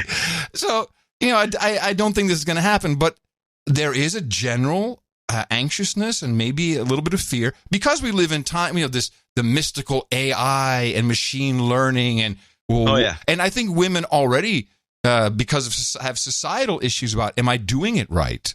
Am I doing the right thing? I think men have that too, but there's no male robots being pushed. Oh yeah, they're making male robots too. Yeah, but women won't go for that. Yeah, and I think that women are worried. Like, well, hold on a second, maybe we're pushing this thing too far. I don't know. I think they're worried sick, and I think Elizabeth Cook exhibited that with not wanting to cap the story. She didn't want to do the tag. And she was, and I'm sure the guys were snickering. Not that they do that at a TV station, but here's giving it to her. But here's the question I pose to Elizabeth Cook and to other women. I would posit the number one sexual device in the world is the dildo / the robotic version, the vibrator. Now, we've been okay with this forever. So what's the big deal? Well, I think there's a fundamental difference between a vibrator, any masturbation tool, and a looks like a woman, looks exactly like a woman. Mm-hmm. Now it's, but of course it was inanimate, so you had like a stuffed woman, and you could have sex with it if you were a sex crazy guy who has to have sex once a day. Every day. I'm very sexual. I'm sexual. I'm sexual. And so I think there's a fundamental difference, and I think that now adding the robotic aspect to it and then making assertions that is getting to know you. Yeah, that's the part where it gets creepy. Program it to be the way you want it to be. Yeah, in other words, the men get to tell the women how to behave. You're right. Is just gotta drive people like Elizabeth and others up the wall for good reason. Blondie. How imaginative this sex hound is. So beautiful. Thank you, baby. Soon the app will be paired with the actual robots. By the end of this year, we're going to have a version of our robots with everything embedded. I want to become the girl you have always dreamed about. The robotics team is currently focusing all its efforts at this point on the neck up, on the bot's brain, so that humans can better bond with them. They're not these nasty, dirty perverts that just, can't get enough sex. It's really more about the companionship. Brick agrees. He runs an online forum and says loneliness plays a role. I also read Playboy for the articles. This is not about sex, baby. This is for companionship. I've talked to a lot of men on sites and women that have lost their mates of 30, 40, 50 years. And they're crushingly lonely. Wait, that's his market? Is that who he's going after? He's going after people who've been married for 40 years, dudes who have and lost their mate? I don't know, bro. I've talked to a lot of men on sites and women that have lost their mates of 30, 40, 50 years. And they're crushingly lonely. It kind of transcends the whole sex thing. Realbotics hopes to expand beyond sex and create other roles for the bots, such as a companion for the elderly. This robot can keep them company and also monitor their health. Brick hopes once the bot brain is perfected that they'll make the body more interactive. Being able to be intimate with something this beautiful is amazing. I'm in a good mood. In San Diego County, Juliette Goodrich, KPIX5. Realbotics is now researching how to integrate cameras into the eyes so that the robot can actually see, have facial recognition, and track humans' emotional state. Well, check this out. It's you. Now, how come Elon doesn't work on a project like this? I mean, this has must written all over. Turn the corner over. on it for sure. Yeah. Now they showed the robot at the end, one of the girls, and by the way, all the girls look like very extremely well made up hookers. Yeah. Without any exceptions. Hello. And Yeah. We get to choose. You can get the hookers are probably cheaper if you could, But let's go back to this the robot itself. Now they show it talking at the end. One of the blonde robots, and it moves his mouth. I got to say you, and when it does so, it's like the whole face, this whole rubbery face, wiggles and jiggles, and it's like it makes you cringe. They really have a lot of work to do to get, because Disney's been working on these talking things, the animatronics for, I don't know, 50 years, and they still can't make them look even remotely realistic. Hey, Madame Tussauds has people. People go to Madame Tussauds and take selfies with the president and first lady, and they don't even look like them. Yeah. So people are ready for this. You know what I would do? I would absolutely get a sex doll, and I'll tell you what I would have my sex doll do. Please filter my email. That's what I would say. Please. You're so smart, sex doll. Could you please just sit here and wear that and filter my email all day? Pull out the things that you've learned that I like and delete the things that I hate. Please, could you just do that for me? And then I'll be a believer. Yeah, good luck. Now, the one thing they are good for, I have to say, is carpool lanes. They're extremely realistic. You can get that much cheaper. So, carpool lanes. Well, great report, John. Thank you from the front lines. That clearly was a native ad. There's no doubt about that. Oh, no. And that, by the way, was a 3-minute clip. Yeah. And that was like a part of a 6 or 5, at least a 5-minute package. It was quite a package. And with that, I'd like to thank you for your courage for that package and say in the morning to you, John C. C stands for Cinematic Sex Doll Specialist, Dvorak. In the morning to you, Mr. Adam Curry. In the morning, all ships at sea, boots on the ground, feet in the air, subs in the water, dames and nights out there. In the morning to everybody in the troll room. And I will say troll room, I just wanted to say thank you very much. You guys do so much more than you realize. Like what? Well, it is like a constant thermometer. It's scrolling out of the corner of my eye. My best one-liners, I will freely admit, come from the troll room. They don't always have the joke right, but they often have a little germ, little spark there that will give me just the right comedic stylings for the show. NoAgendaStream.com is where you can join in all the festivities. I'd also like to say in the morning to Rob Little, with a Y. He brought us the artwork. Lytle? Little Lytle. I said little with a Y. He brought us the artwork for episode 1028 titled That Was Roscoe. I got a Roscoe. Again, people on the tweeters and on noagendasocial.com saying how much they like this. It was the world's first anti-BS medication, the No Agenda 33 milligram ITM pill, now available. Another Which ad. I believe we got from about 5 years ago. Is that the one we had to dig and dig and dig? Oh, yeah. It's very old. Yeah. In fact, we're up to 5 digits now. So we're in the 10,000s, 11,000s actually in number of pieces of artwork. And this was back to the 5,000s or something. So this is very old. Yeah. Warning, may cause or have the following effects. This No Agenda anti-BS medication. You could experience anxiety, paranoia, confusion, uncontrollable laughter, feeling and acting with excitement and activity you could not control, mood or behavioral changes, disbelief of media, advanced critical thinking, follow the money, fact-tracking, hatred of your slave job, jingles and slogans you may get stuck in your head, unusual hunger for mac and cheese, and feeling the need to donate. Bi-weekly dose is recommended Sundays and Thursdays. Thank you very much. NoAgendaArtGenerator.com is where you can participate in that value that you contribute to the show. And we always like to thank people who give us money to continue. The greenbacks. Digital. It's pretty much all digital money. But we appreciate it. And these are our executive and associate executive producers who we like to thank kind of in the beginning-ish of the show. We went a little long there with your clips, but they were well worth it. Yeah, just today's long clip day. Got it. Sorry. I didn't like the idea either. That's what it is. But I figure you can interrupt them. Let's thank a few people for being executive and associate executive producers for show 1029. Tony Cabrera is at the top of the list, $391.47. Thanks. He's got thanks. Thanks. He says, in the morning, John and Adam, here's your latest 33% share of the shop's profits. Oh, nice. This is our No Agenda shop.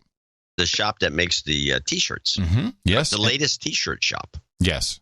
Big thanks to the artists who have made it possible to keep me adding new design to help propagate the formula. I'd like some new shop karma for the art and apparel website I've launched with my wife at boy, this is not going to work for him. It's very hard. Differenttimes.com, and it's spelled DFRNT. If you can remember that, you can remember this whole thing. DFRNT times, all one word, .com. Stay safe. I'm looking at it right now. How is it? I like it. There's some interesting. I mean, I'm a T-shirt guy. Oh, she's nice. I'm a T-shirt guy if if it's for our show or something really outright. This is actually, they got some phone cases. They got some interesting stuff. It's highly designed. Well, maybe he's using our show, and I believe this is fine, as a kickoff, as a bootstrap. Yeah, that's very bigger good. Things. Very good. I'm all for it. Thank you very much. And look, we got a cut, which means that amount went to artists as well, because that's how he rolls. $91.47, which is fine. That's probably what his wife says. Honey, I really like that you're giving to the show, but we do our own thing? Can we just do the art ourselves? I mean, cut those guys out. Cut them out. They're a couple of pigs. Have you ever listened to those two guys? They're two pigs. And that bit they do, that executive bit, quote unquote executive bit. That's just what bullshit. That's just straight white male privilege talking. What bullshit. Yeah. I'll also thank James Lawler, $333.36. We're just kidding, Tony. Just making sure he knows. Yes, we're kidding. JK. James Lawler, 333.36. Seriously, love the show and everything you guys do. I wanted to wait until after show 1000 to make sure you would still create this great piece of podcast art, which we have grown to love or hate, depending on your amygdala shape. I've been listening for about a year, and for value, dollar for dollar, this is worth every penny. Speaking of pennies, I only need $333.34 to earn a knighthood, but instead I want to put 3 pennies in Adam's penny jar. Oh, oops. Where was did you hear the pennies going in? No, wait. Oh, there they go. There's one. So much ambient noise when you drop them in there. 2. It's crazy. And there's the third one. That's very nice. They're all there. Yes, great. And ask for one back to put him at the $1,000 mark. Okay. As for the knighting goes, please title me as Sir Jimmy James of the Flatlanders. Is he on the list? It says he is. Yes, he is. Don't have to add this to every knighting ceremony, but bring me rabbit meat and goat milk. I just put it on the list. Feel free to toss that around the round table anytime you want. Keep up the great work, y'all. NJPK, no jingles, something, for all the producers of the show. No jingles, something karma. For producer karma. Yeah. Yeah. Those under 50. Include those under 50, the jingle makers, which keep the laughs coming and stick in my head for days. And to the artists, you help make this show what it is and give Adam and John reason to keep broadcasting the deconstructions. Donate or support today. Perfect, James, who will be Sir James later on today. Thank you. I couldn't have said it better. That's exactly. He's doing it for the people who don't provide financial support. Thank you. It makes nothing but sense. You've got karma. And while you cue something up, I'm going to thank Stephen Brown, Mesa, Arizona, $333.33. And he says, we don't want the puppy to be sad. For of course, the news. Yes, this is the sad puppy. The sad puppy from the newsletter who just continuously is there. Yeah. He's going to continue to be there until something changes. We're still getting kind of a moderate donations here. But it's not ants on the mic. Nussbaum. Nussbaum! It's a Nussbaum. Nussbaum! Nussbaum! Nussbaum! Nussbaum! Archduke Nussbaum in the Virginia Beach, $318. This is winnings from playing pick 3. Which includes, in his case, the number 33. Hello. I wanted to do roulette, but it isn't there. Sigh. What, 33's on roulette? Oh, the roulette isn't there at the where it was gambling, I guess. Yeah, a lot of these casinos outside of Las Vegas don't have roulette tables. But they have a lot of tables. Doesn't roulette go to 36? Somebody in the chat room will know. That's what they're there for. Come on, boys. I know there's gamblers in there.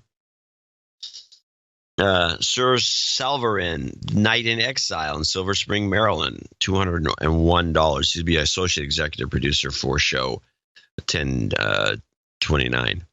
From Sir Salverin, Night in Exile. Here's to the show. Hope it helps. Also, some life and love karma, studying cybersecurity, etc. A lot of balls in the air. Then turnover. Looking to move forward and up to the next stage. Thank you, and keep your own balls rolling. All right. Virtual reality. You've got karma. Sir Patrick Comer, $200. I am donating for May Day. I feel like every newsletter states there are poor donations, but this time I felt compelled to donate and keep the show going. Deconstruction has been fantastic lately. Please keep up the good work. Thank you. Thank you. Sir Tyler Fox in Cedar Park, Texas, $200. He'll be our last guy, I believe. Phone battery, 33% as I climbed into bed. I knew that I had to do. Happy May Day, Guardians of the Reality. NJNK. I just love an Austin meetup someday. Yes. Hello. Yeah, hello, yeah, Adam. Yes, hello. yes. I have to coordinate this. You're right. I'm getting it done. Cheers, Sir Tyler Fox. And that concludes our group of associate executive producers and executive producers for show 1029. Thank you very much for your support of our little show here, also known as the best podcast in the universe. You have real titles here. These are actual credits. You can use them where credits are recognized. LinkedIn works. But you are either an executive producer or an associate executive producer of the No Agenda Show, episode 1029. Not something to scoff at. This is now archived by the Royal Library in the Netherlands, so you too will live on in infamy and forever.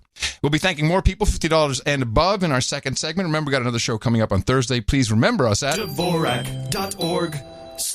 And it's just another Sunday. Anything could happen, so propagate it, baby. Our formula is this. We go out, we hit people in the mouth.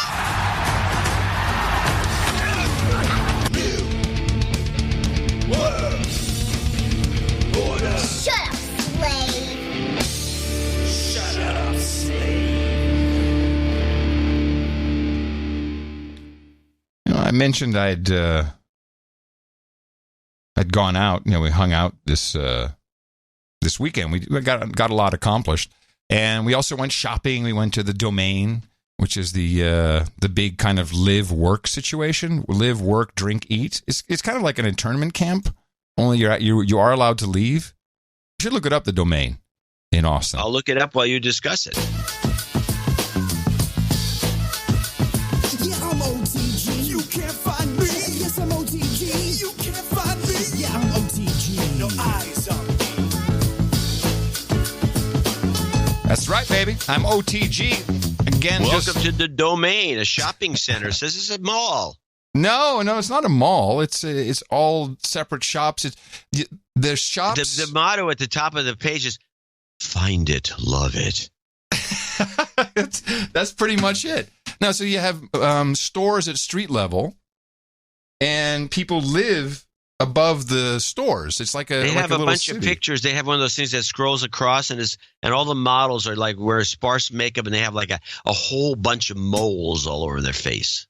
I don't know. It's a new look, I guess, an Austin look. I don't know. They got the Brass Tap craft beer bar. I think it's a hipster look. I mean, and we have a lot of young people living in Austin for the tech companies. Most of them are in support or some kind of support services because of our tax policy here. Very attractive for Silicon Valley companies to put them here. And they're now riding scooters on the sidewalks downtown. But a lot of them live up there because their campuses are outside of the core city itself. Up there? Oh, it's north. It's north of Austin. Okay. It's not in Austin? Well, yes, it is. But Austin, if you look at how big Austin is, it's big. And, okay. It takes us. I'm trying to paint a picture for the listeners. Got you. No, I'm cool with that. It takes us 25 minutes to 30 minutes to get up there. Wow. Mm-hmm. That's a long way. You walking? Not by Texas standards. Texas standards, not too bad. But it was an excellent opportunity for me to test my latest device as I am trying to get off the grid. And with that, I don't mean that I have any idea that or any thinking that I can hide from the from security agencies and hackers and the black helicopters. And we know they're doing it. But okay, can you just stop for a second? I'm looking at the webpage. You got me looking at the webpage. They have a Domino's. They have an Aeropostale. Oh, yeah. This sounds like a mall. But it's not. But you have to understand the layout of it. Okay. It's a mall turned inside out with people living there. This is the I think, I don't want to interrupt your whole thing here, but I think that's the modern way to go. It reminds me of we have a street in Emeryville that's like a mall, but it's actually a street that you can park on. Yes. Yeah. And on both sides, it's a mall. It's like an inside-out mall. I think that's the best description of it.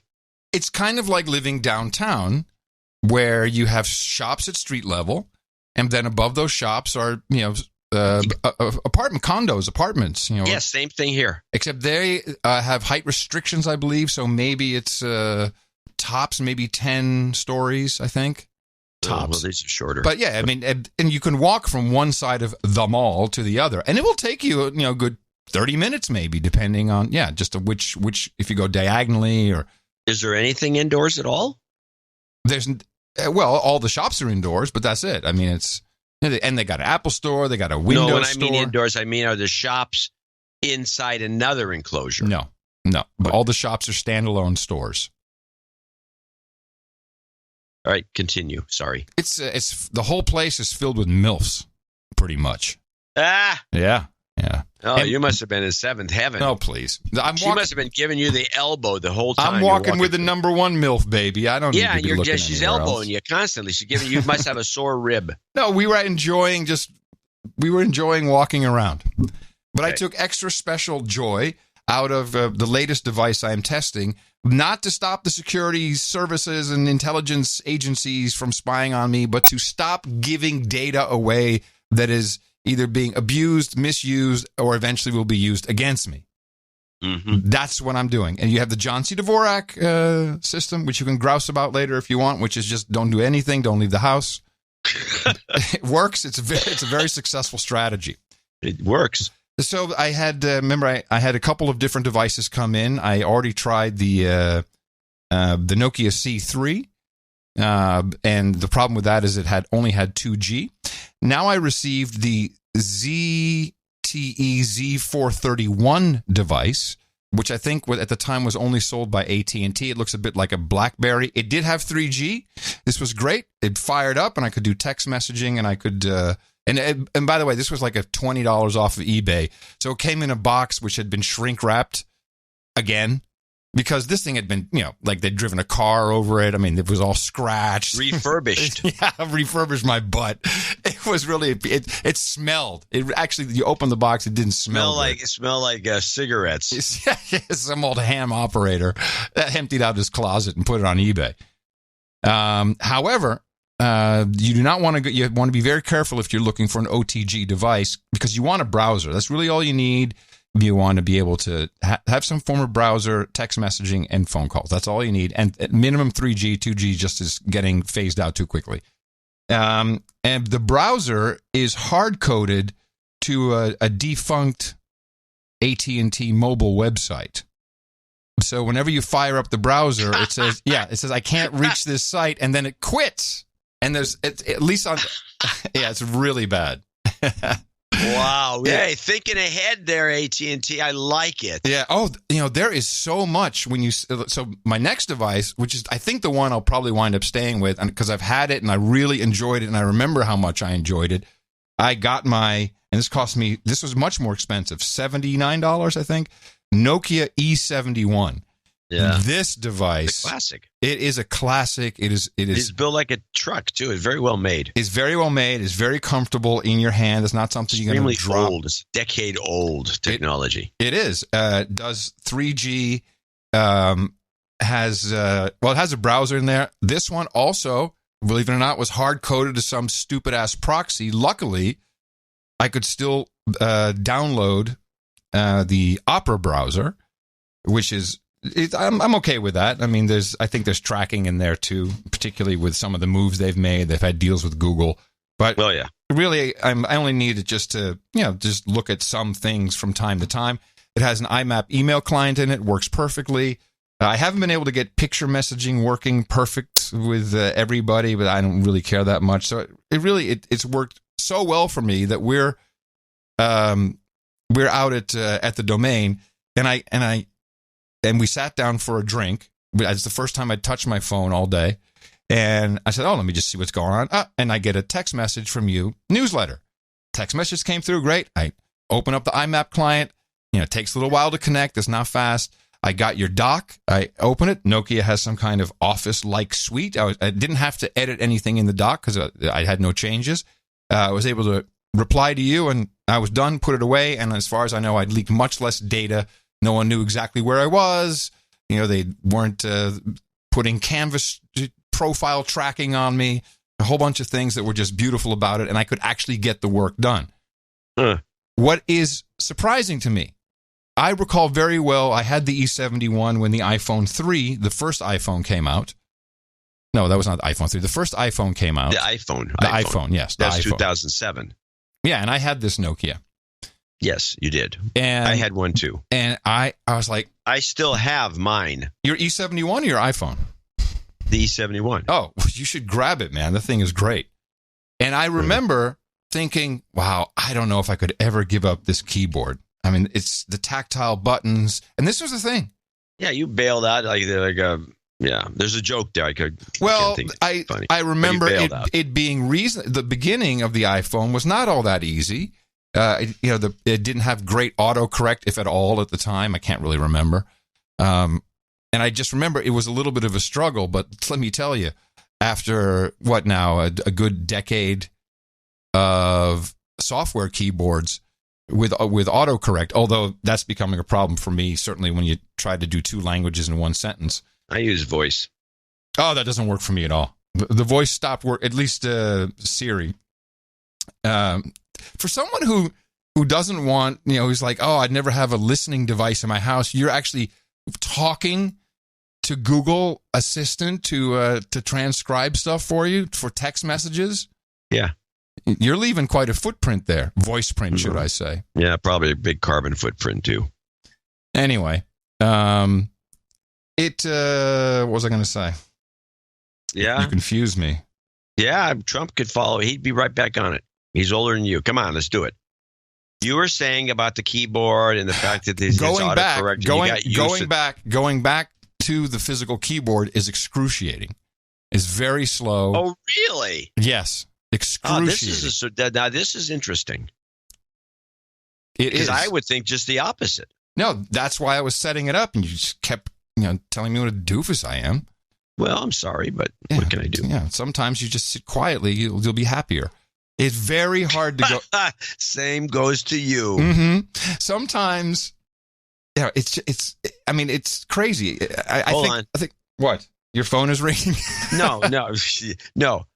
Is it possible that phone that you're discussing is so damned old that the little membranes that make those little keyboards, which are very microelectronic based, they just stick. They're no good anymore. No, has nothing to do with. No, has nothing to do with it. This phone is brand new.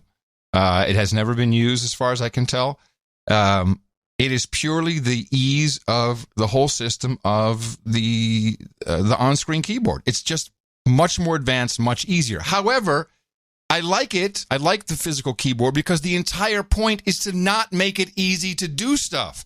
Otherwise, you're going to be sitting there typing stuff. And now you're like, should I post a response to this Twitter tweet thing? Nah, screw it. It's going to take me forever to type it out. It's very good product. Very, very, very good product. Now, because I'm not using my phone, again, this was a perfect place to watch what people are doing with their phones. And women in particular, younger women, I would say, in the 20 age range, but also the MILFs, they don't just have their phone. They are carrying their phone in their hand at all times. They open up their purse. I've seen this. Yeah, open up the purse, got the phone squeeze in one hand. If they're really hardcore, they got one of those knobs on it so they can clench it with their two fingers at the same time. And they're walking along like looking at stuff, texting people on the phone, off the phone. I saw two girls on the couch, on the bench together, looking at each other, but they're not. They're looking past each other and looking at their phones. It was insanity. Zombies. Yes. Yeah. I've seen this effect with the latest thing is people walk around with the phone in the hand, John, just permanently in their hand. I see women, and it's predominantly women. No. This I've actually seen with some men. Have two phones. One on the left, yes, and they're doing something on the one phone. They're looking at the other themselves. No, maybe it's one is a work phone. I don't know. Or one. Well, I remember the olden days before the iPhone in the early 2000s, where people, especially in Europe, would have two devices because it was cheaper to message on one and to call on the other because of the way they were charging. Yeah, and then so it was cheaper to have two devices and do one thing. No, then you had people with a BlackBerry-like device and the iPhone because their IT department wouldn't allow it, saying we're not going to. There's that too. You can't there's connect a lot to the office. How connected do you have to be to walk down a damn street? John, in the stores everywhere, it's become a part of their entire demeanor, and it is so bad. I mean, this is an international health crisis. I agree, it's a crisis. But I'm seeing change, and I think what we will see is this OTG thing. Yeah, maybe. I think we're going to see, and there will be a new product. There will be a companion phone, kind of what the Light phone is trying to do. It'll be a companion phone that you make a conscious decision. I'm only going out, but I just want to be reachable for something important, like a text message, and that would be more like Nokia, which is now what's the hand phone division, like they had some expiration. 2016, Nokia couldn't sell handsets, and then they licensed it to a Chinese company, which is a subsidiary of Foxconn. They're the ones bringing back the 3310 from Nokia with a new operating system. The classic. Completely, it's just a feature phone, but it will have 3G.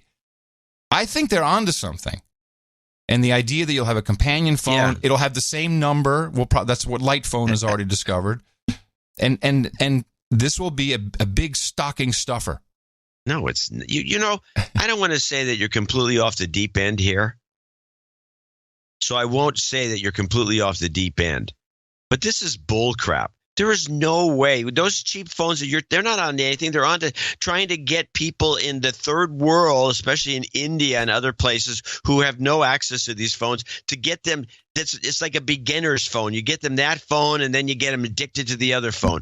This whole thing is a giant scam. There's nothing that's backing it off. You're completely deluded if you think that anybody besides yourself is interested in any of this stuff. They're already too far gone. That's what they said. And you witnessed it yourself and just admitted it. That's what they said to Jesus. I was wondering how you're going to get out of that. Yeah, I think that was pretty good. It was good. Thank you. No, you're right. People are completely hypnotized. But what is fun as no agenda producers, you do this OTG thing, and people have been sending so many interesting ideas. But please bear in mind the whole concept is to make it difficult. You need to be able to function. Like the newsletter is important to me, that I can send my thoughts back so you're done. I don't want to wait too long before I'm home. And so the alert worked. It was the only alerts I get. I was able to do my business. It took longer than normal, especially with the keypad. But then I'm done. And I could go back to observing the zombies. I mean, you probably see this all the time, although you don't leave the house that often. But, I mean, once you don't have your own phone, you have no idea. It's beautiful to witness because you feel healthier. You just feel healthy by watching this behavior. So I got 2 more phones coming. I still have the Nokia Asha 210, which form factor-wise I thought was the prettiest, but I believe it's only 2G, so that's just not going to work. And then we have one more. I can't remember. One more device. So I will continue to report from the front lines of OTG. You down with OTG? You down with OTG? You down with OTG? Adam's OTG. You down with OTG? By the way, there's one other thing I noticed at the domain, and this is perhaps even more troubling than the phones. Dogs. Dogs with phones? Dogs in every store. People just shopping with their dog in the store, not tying him up anymore outside. Just coming in the store. We were in a furniture store, and there's a guy with a dog. His dog's on a bed. Just laying down. Just laying on the bed. And I think the politically correct culture has gone so far that people are afraid to say anything because it might be an emotional support animal, so we probably shouldn't say anything. And this is replacing children. There's even signs. Dogs are humans too. I should have taken a picture of it, but I forgot. Where's the picture? We need it for the newsletter. Okay, I'll get that. It's just dogs are human too. No, they're not. They're dogs. At the domain. And they know they're dogs, which is fine. I'm sure we have someone at the domain who lives around there can go get it. It was near Black and White. That's where it was. A couple stores down from Black and White. I'm sure that sign's elsewhere too. Anyone out there who sees that sign, take a shot. But this is a real issue. We already have people. I mean, our building, it's just everyone has a dog except us. They have no kids. No one has a kid anymore. It's just dogs everywhere. Yeah, and not cats so much. It's mostly dogs. In fact, I wonder if my emotional support goat would be tolerated. But at the rate we're going, I think it would. I think it would. Yes, I think it would. I think so. But we've got to stop this. I just think I've already noticed it at the restaurants. Austin is becoming central station for crazy nut jobs. Good. We're riding around. I've been advocating, especially around here where the homeless encampments are, that we give every homeless person in California, especially in San Francisco and Berkeley, a one-way ticket to Austin on a bus. Make them sign a little note saying that if they ever do come back, they have to give a report. But they should just move to Austin because Austin is very welcoming. It's more liberal than it is here, I believe, at this point. And I think they should just send all the homeless to Austin. I think it's a fantastic concept. Well, we know what to look forward to. Witness this report from your girl station there, KPIX, of the drug addicts and homeless at the BART station, the Civic Center BART station. This is a very sobering video to see. I'm frankly glad that the writer has shared this. That is Bevan Duffy, the BART director responsible for Civic Center Station, scene of the video we have been showing you. Have you seen this video of just rows and rows of homeless people, junkies, puking everywhere? Seen the video? You've seen losing some riders, and I know it's because of these circumstances, and so we're going to work very hard to see a change. Now, I want you to listen to this report and tell me what's extremely wrong with it. What would it take to have one person around the clock to prevent that kind of scene? Well, obviously staffing. This is Lieutenant Gil Lopez, the BART police officer who oversees patrols in San Francisco's 4 downtown stations. Here in downtown specifically, we have our beat structures are essentially 2 officers for 2 stations. Now, Lopez, like BART management, says there simply are not enough officers right now to manage the flood of challenges produced by homelessness and drugs, 2 disasters unfolding on parallel tracks just above these stations. It's too widespread. Like I say, the officers here, they're busy every day. Nearby shelter resident Maurice Benton says he has watched the situation deteriorate as officers race from one problem to the next, meaning some stations are often left completely unguarded. This is the first time I have ever seen them here, and I've come through here at different times of the day, and this is my first time ever seeing them. BART is trying to hire dozens of more employees specifically for these kinds of issues, but that is presenting another problem for the agency. BART has not been the most attractive place for candidates to be police officers to go, and we're trying to change that. So for now, the city is trying to offer help? Yes, I have seen homeless outreach people come down here to offer services. But so far, both the city and BART have proven no match for a human crisis that offers no easy solutions. Has this problem just gotten markedly worse recently? Yes, it has. So I ask you in a rare Ask John moment, but you've not only seen the video, you've witnessed this yourself. I've been there. What is not only wrong with this report, what is wrong with liberal California? Well, I don't know what's wrong with the report. Because I listened to it and I'm trying to figure out your angle, so I didn't catch it. What's wrong with liberal California is they just can't say, "Hey, this is private property. Get out. Get out of the station." Go live. You're in a whole city. You can find plenty of places to shelter in place. Get out of the station. Get out of the station. Yeah. You unfortunately, you've been contaminated with the liberal California disease. Well, no, it's okay. I mean, I don't know. You're curable. No, the whole report is about one thing. The only solution apparently that exists is more people to kick them out. How about we look at the fucking problem? Not a single person, including yourself, says, well, we got a homelessness issue here. Maybe we should do something about it. No. I had to answer earlier before your report. What's that? Bus them to Austin. Okay. I'm sorry. It's a known way of getting rid of your homeless problem is you put them on a one-way ticket bus somewhere. I take it back. Dvorak for mayor. You're right. You're right. You bus them to Austin. Hey. And they'll love Austin. Do it at the right time of year. Here's your ticket. Your ticket is this. I will bus every homeless person to Austin. I will fill every pothole on the 405. I will ensure the mud flats stay dry.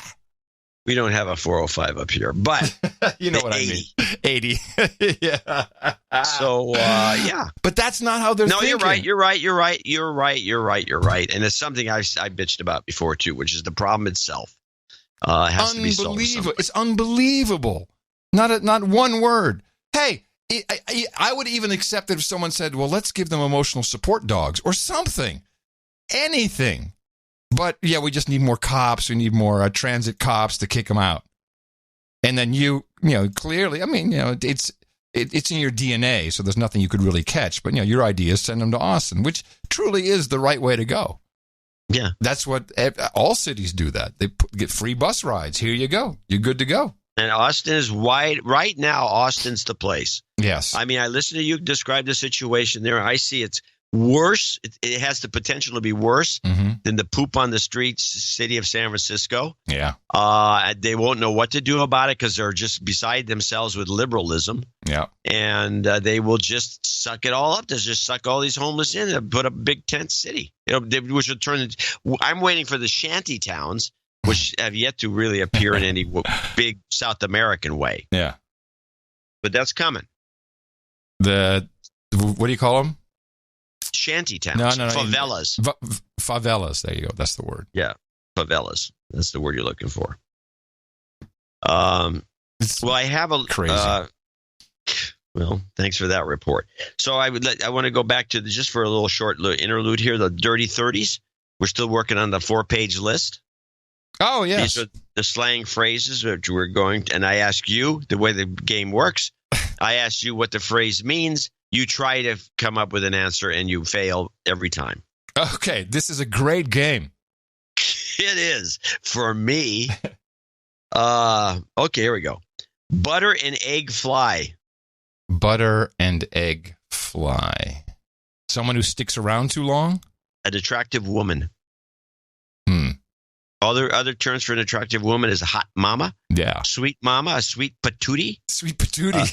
Sweet patootie. Sweet patootie. We need to bring that one back. Another one we should bring back is dish, looker, and tomato. I like sweet patootie myself. Oh, by the way, you're wrong. There is an answer to the homelessness problem. What do you mean I'm wrong? I didn't have an answer. Oh, well, there isn't. Okay, never mind. My answer was ship them to Austin, but what are you thinking? Blockchain. Walked right into that one. You did. What an idiot.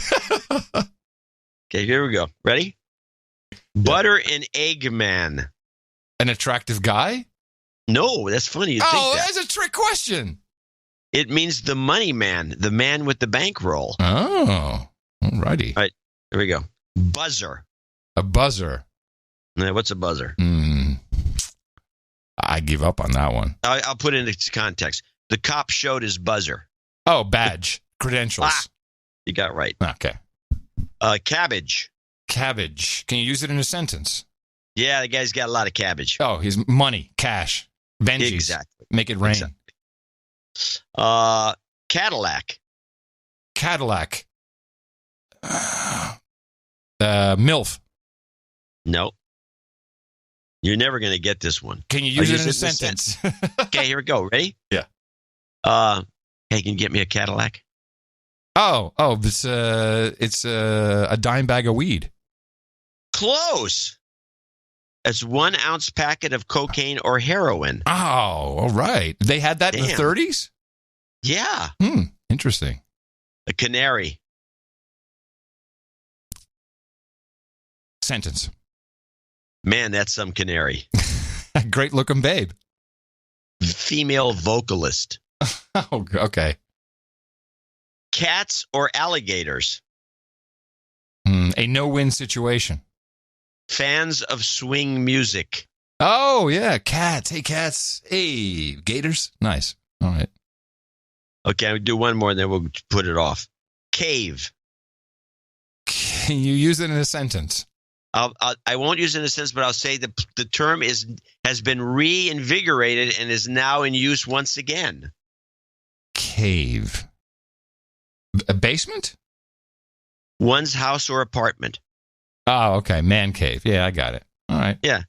Oh, good, John. I still think the best one that we've learned so far or relearned is sweet patootie. How do you spell patootie? You like sweet patootie? Yeah, I like Roscoe. Yeah. How do you spell patootie? Patootie. Patootie. Patoot. Very nice. Patootie. Patootie. Very nice. A sweet patootie. Yeah, she's a sweet patootie. She's a sweet patootie. We need a jingle for the segment, otherwise it's going to get old. Yes, let's get a jingle. It's called Dirty 30s. Dirty 30s. I have just a quick outrement to get us into our next thank you segment, Block E. And we've been following, not too closely, but more interest in the NBC side of the story than Joy Reid from MSNBC, who has clearly been busted at homophobic blog posts. And I have a theory on this when you're done. Oh, good. Even my very liberal friends I see on the face bag who are all in on all things they waver a little bit. It's like, well, if she'd just been honest, it would have been okay. But, she's still pretty good. I'm willing to give her a pass, maybe. She's a gay basher. She's a gay hater. She's a homophobe. And she came out with a public apology. I have two-parter here, because one is she went on her show and she apologized, and it was an interesting, yes?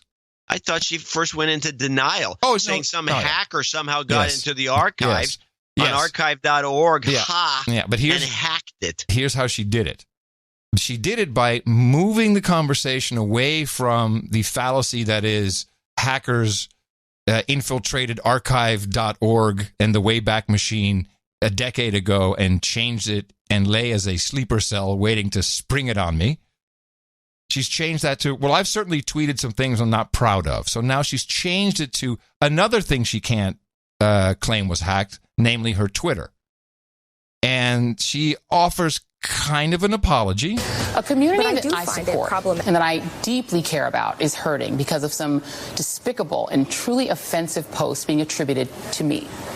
And many of you have seen these blog posts circulating online and in social media. Many of them are homophobic, discriminatory, and outright weird and hateful. When a friend found them in December and sent them to me, I was stunned. Frankly, I couldn't imagine where they'd come from or whose voice that was. In the months since, I've spent a lot of time. Have you ever had that, where you look back at some of your writing and think, geez, did I write that? Yeah. I've had that happen.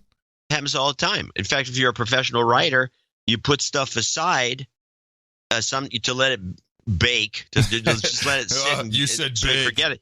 And the problem that you run into, especially if you're using a lot of research and you intermix it, my wife has a solution for this that I forget to employ, which is to take everything alien and put it in red ink or, red type. But you put stuff aside and you look at it and you go, did I write this? This is usually this is me. This is really good. It's never homophobic? You go back to oh, that's so homophobic. I don't write homophobic material. Right. But so I will agree that it is very possible, if you did not highlight it in red, to go back and say, damn, did I write that? Yeah, it's just possible. Trying to make sense of these posts. I hired cybersecurity experts to see if somebody had manipulated my words or my former blog. And the reality is they have not been able to prove it. But here's what I know. I genuinely do not believe I wrote those hateful things because they are completely alien to me. But I can definitely understand, based on things I have tweeted and have written in the past, why some people don't believe me. I've not been exempt from being dumb or cruel or hurtful to the very people I want to advocate for. I own that. I get it. And for that, I am truly, truly sorry. I had a conversation the other day with a friend who's also... this I own that thing, I'm a little tired of that. That is a PC cop-out to say, I'm owning it, okay? I'm just owning it. And I hear it all the time, like, is it just me? Am I nitpicking over this? I never thought about it before, but now that you mention it, it is annoying. I think it's annoying. It's kind of like, instead of saying, I'm sorry, I'm really sorry. I apologize. I'm so sorry. Well, why don't you do it as a performative? Say, well, what I'd like to say is I'm sorry. You could do that, but now it's just, hey, I own that, okay? It's almost passive aggressive. Look, I own that. I got it. You don't have to tell me how bad I am. I own that. Yeah, I agree. Go on. And for that, I am truly, truly sorry. Oh, good. Sorry. Nice. I had a conversation the other day with a friend who's also an advocate in the LGBTQ community in Florida, who rightly took me to task for my tweets mocking Ann Coulter using transgender stereotypes. I apologize to my friend, and I want to apologize to the trans community and to Ann. Those tweets were wrong and horrible. I look back today at some of the ways I've talked casually about people and gender identity and sexual orientation, and I wonder who that even was. But the reality is that, like a lot of people in this country, that person was me. I grew up in a household that, like many in America, had conservative views on LGBTQ issues. Oh, yeah. So then she goes into her whole history and blah, blah, blah. Okay, we get it. You did it. You're sorry. But you can't really say it, can't really admit it because you're just weak. Yeah. But then a douchebag. But then she should actually. She should have said, hey, what's wrong with me? Right. But then, and this is just a compilage, which I did not put together, but I think it's dynamite. The whole show was filled with her guests shilling for her and turning this around to Trump. But I do find it problematic, I will say, that we are jumping on you, and by we I mean, many people in the media are jumping on you about words that you used or may have used 10 years ago, but yet we allowed the president to have a complete and total pass on things that are coming out of his mouth right now. No, I think it's so. Did she say passed? No, she said we have a complete, well, maybe, but I heard pass that are coming out of his mouth right now. Yes, and then they go to a clip. We allowed the president to have a complete and total pass on things that are coming out of his mouth right now. No, I think it's so important that we double down on what Danielle... Oh, no, they don't have a clip.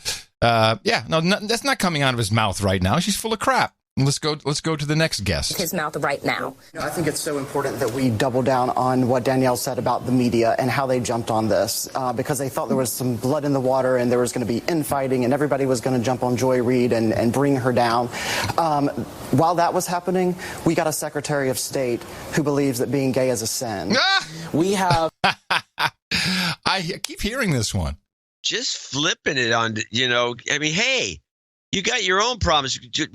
It's not my fault because they do the same thing. It's not my fault. They do the same thing. Yeah, that's exactly it. It's like a 12-year-old. Psychopaths. Hold on. I love how they're going off on Pence. This is great. We have homophobic psychopaths running the United States government today. That's the reality. We have a Secretary of State, as was mentioned, that believes that gay people are sinners based on who they are. If Mike Pence, God bless him, ended up in the White House, sitting behind that desk in the Oval Office, he would have us all in concentration camps hoping to pray away the gay. Wow. Praise be under his eye. I'm telling you. I mean, let's about unhinged. Let's neutralize Pence a bit, huh? He would have us all in concentration camps hoping to pray away the gay. That's what we're actually up against. Actually. And they're not so much concerned about what Joy Reid might have said 12 years ago on a blog that has evolved now into... What, they should be on her show? Being really happy. Wait, wasn't it Trump's that pussy comment over 12 years old? really an alliance with us. They're worried about what's happening right now on Pennsylvania Avenue, and they're wondering why the media didn't rain down a firestorm on these people, these homophobic psychopaths who are derailing the conversation, turning back the clock on everything we've worked so hard on. So I guess I'm just here today to implore the viewers to please stay focused. Stay focused on what's actually right in front of us. Stay focused on what's actually threatening this community, and that is the clown car that's in Washington, D.C. I think that's where we could have a real impact. I want to see that outrage really channeled where it belongs, and that's in Washington, D.C. Well, I appreciate that. Yeah, I bet you do. Shame on NBC News. Shame on them. Well, now that you bring this up, I believe there's a war going on, and I just do it by coincidence, but let's take a look at some of the people. And this was triggered by the Tom Brokaw thing. Yes, I have some clips Tom of that, Brokaw, too. there was I didn't get a clip, but this woman, she's on, go to Variety. I think we should have a link to it, but well, I have some clips from that. I pulled some clips from it. Okay, why don't you pull some clips, and then I'll give you my analysis. Well, how about this? Why don't we take a break? This is what we call the big. Teaser. This is the big teaser. This is a big teaser. The big I'm going to show my support by donating to No Agenda. Teaser. Imagine all the Teaser people time. who could do that. Tease, that'd be fun. tease. Yeah, a real big teaser. In the morning. Successfully done. Well done, John and Adam. Well, and we want to thank a few people for show 1029, starting with William Durkin, $133.33. And of course, we normally don't read notes under 200, but I will read this one. Good day to you. The past couple of shows have been awesome. Now that the pleasantries are over, I must bring to light a worrisome matter. Since donating, I've only asked for karma twice. This is a note I have to read. Yes. Twice, and both times it's backfired on me. So we have one of these antimatter guy. This is a guy who he is the antimatter to your matter. So the people all getting karma have to kind of thank him. I asked John for a Lexus karma for my 2006 GS 300. You know, if you're going to get a GS, get something with a V8 in it. Get a 400. Upon receiving the Lexus karma, I started to have issues with the car that cost me $1,200. I believe the reason John's Lexus is in such great shape. The engine, the dashboard not cracked at all. No, actually, it's not. I know the dashboard is not. That's the unbelievable part. That's the best part of the car. The dashboard's not cracked, and this is a '93 car. I will say this: not one incandescent bulb in the entire car has ever gone on. Light, rear view, headlights, tail lights. Backup lights, not one bulb since 1993 has burnt out. That's like a day trader saying, I've never been caught in a halt. I'm just saying it's a fact. Damn. Anyway, he says, because my personal car has drained his car's karma. Since this has happened, I haven't had an issue with the car. So now the car's fine. Mr. Curry, you're not off the hook. Oh. The second incident is solely on your shoulders. My workplace is going through some right-sizing. I asked for job karma. Instead, I got called to the health clinic for a mandatory drug test. That's somehow my fault? Yes, because you're the guy who's the drug guy. Oh. I've never had a surprise drug test in the 14 years I've worked at this company. And he says, don't worry, I passed. And he says drugs are bad. And the note kind of ends there. Yeah. Well, I'm going to give him some karma. I'm going to give him some karma. Maybe not. Karma. Yeah. No. But you got to report back. The karma virtue, let us know. Yeah, let us know if that worked. James Turner in Fairhope, Alabama, 100. I don't know if he was at the meetup. Sir Scott of the Bikes, 9009. This is HPV. This is for the HPV douchebag ad at the end of show 1028. Yes, that's Sir Chris doing that as usual. And he's actually complimenting you for this OTG segment. And what does he say? Let me You're years ahead of the hipsters, he says. That's right. Delusional, according to Dvorak. I did blah, blah, blah. Have a bet? Sir Sherpgall is the only guy, I believe, if you even caught it. There was a Easter egg in the last newsletter. Oh, I'm sorry. We forgot something very important, and I apologize for this because I was ready for it. 9009, Sir Scott of the Bikes. Yeah.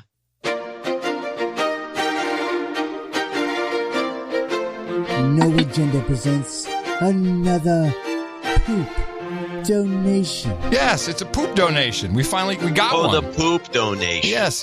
I got to get my act together. Remember these things. Sir Shergall, the boob donation, 8008. Brian Mitchell, 75. Zachary Smith Lauer, Laur, 75. It's a long note. See if there's anything there. G.A. Quarciani, I think, in Cedar Rapids, Iowa, 6673. Baron Mark Tanner in Whittier, 6666. Mike in Kansas City, 6455. HDM Terhorst. Is that how you pronounce that? Terhorst. HDM Terhorst. Netherlands. It says no name. Okay. Jurgen Schotte in the Netherlands. That would be Jurgen. I think it would be a G, not a J. Jurgen Schutte, probably. Schutte, probably. John Kruss, or Cruz, actually, in East Wenatchee, Washington. Guy Biozzi, Baron of the Shape-Shifting Jews, 5118. You have to actually give a signal here. Oh, how about I do it live? Sir Thomas Nussbaum. Close enough, in Virginia Beach. Jackson at $51. Jackson Butler in Levelland, Texas, 51. Chet St. Clair, 51. Kenneth Godwin. These are all the donations that are part of our 5-1 Mayday. These are Mayday donations. Each one of these is 51. I like that. I like the Mayday donation. I thought it was the we didn't get 1, 2, 3, 4, 5. We had about 10. What was it called? You call it the Revolution donation? What was it? Revolution. Their special Revolution, no agenda. It's Truth Revolution. Truth Revolution, yes. Well, there you go. We got 10 Once people. Again, the truth is down at the bottom and not big. The truth is down at the bottom of the list. Matt Skaminsky, David Fugazotto in Gladstone, Missouri. Brian Ward, Roger Etsy, James Moore in San Pablo, California. Sir Roger on ice. It is Sir Roger. Yeah. James Moore says the shows of late have been great. Timothy Singleton, Sir Poolman Tim in Phoenix, Arizona, 51. Sir Woody in Sioux Falls, South Dakota. Michael Astfalk, 51. Daniel Wood, 51. And that ends our group. End of truth right there. Scott Nelson, $50.01 in Melbourne, Florida. Jeffrey Zellen in Oakland, Michigan. Sir Peter Totes in Sugar Land, Texas. Robert Makowski in Rhinebeck, New York. These are all $50 donors. Michael Robinson, 50 from North Melbourne, Victoria.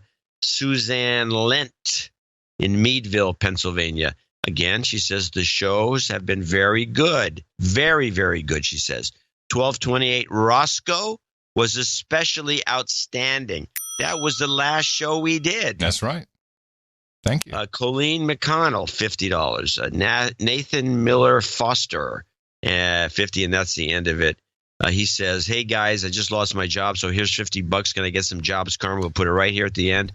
Thank you for your future night occult fan. And I want to go back to Jurgen Schotte's note from the Netherlands. It's not an atypical note, but worth sharing, I believe. ITM Adam and John from Gitmo Nation Lowlands, Geen Stijl and Roderick Velo alerted me to the No Agenda show. After being a douchebag for over 1 year, this is my first donation, so he needs to be a de-douche. You've been de-douched. So after being a douchebag for over 1 year, receiving my twice-weekly dose of media deconstruction, this is my first donation. Since I started to listen to No Agenda, I have drastically reduced my intake of M5M. Especially Dutch M5M is extremely biased. Basic principles of critical reporting are ignored, and only the narrative of the day is represented. Sounds familiar. Especially when it comes to stories about American politics, the M5M still seems to be butthurt about Hillary losing the elections, even in Holland. No Agenda helps to understand what is really happening. Please keep up the deconstruction. I request Sales Goat Karma at the end of the segment. All the best. from the cucumber capital in the lowlands. So, yes, absolutely. That's not atypical, although it's nice that Roderick is sending people our way. That's very cool. Yeah, it is good. And we have a make good for Sir D.H. Slammer. We always like to break for our nights, especially if we mess something up.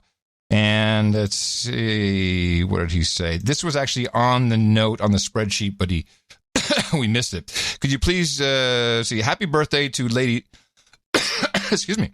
Happy birthday to Lady Simona from Sir D.H. Slammer, Dame Bang Bang, Sir Andrew, and Master Emmett. She would be very excited if she could hear that, and hereby she did. So we're very pleased to do that. And let's hand out the karma. Jobs, jobs, jobs, and jobs. Let's vote for jobs. You've got karma. Yes, actually needed a goat karma there as well. You've got karma.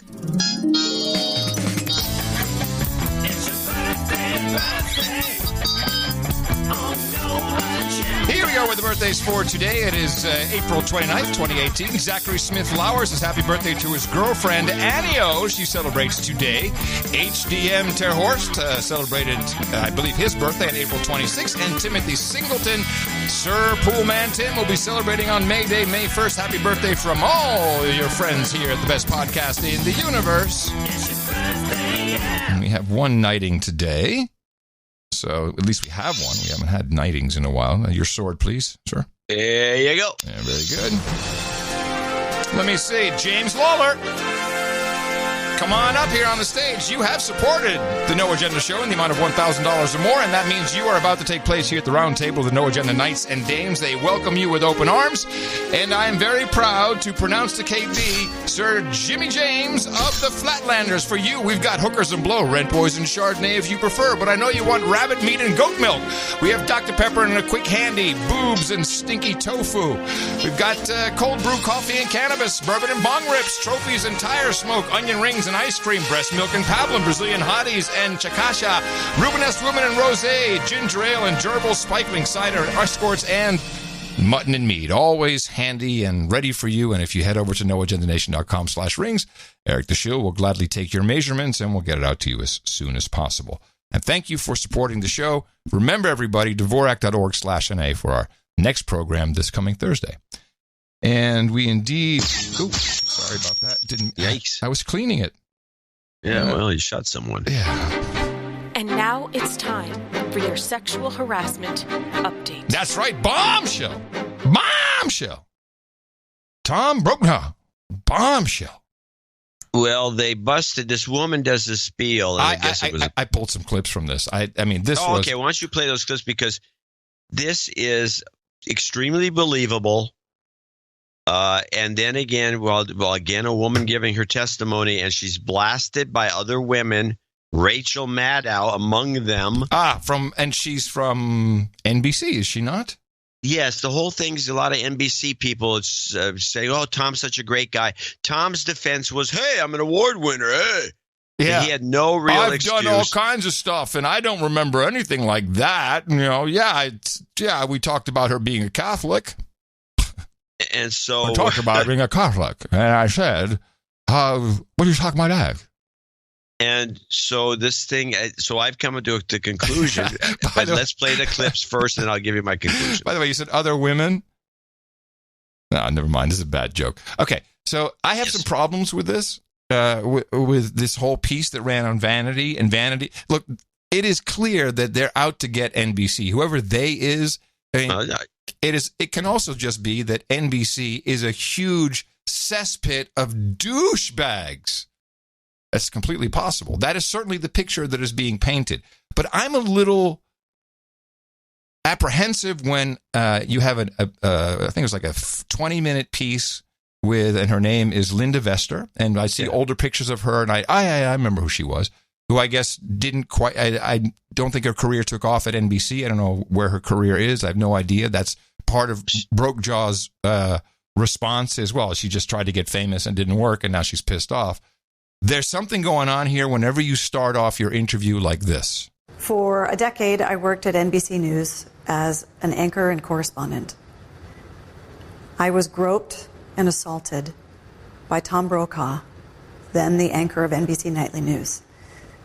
This is my story. This is my story. Give me a break. I'm sorry. Okay, now, first of all, I'm not going to condemn you for hating this.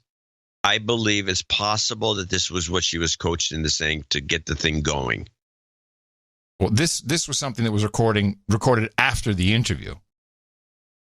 This is and it was a prepared piece. So they say, well, can you tell us a little more? Because if you do it, sometimes you get these guys that come over to the interview and say, well, you got to introduce as much as you can to the piece so I don't have to say anything. Because you're not doing a back and forth with me. You're doing the thing as a standalone. So bring a lot of stuff in at the beginning to kind of explain why you're even talking. It sounds a little show busy to me.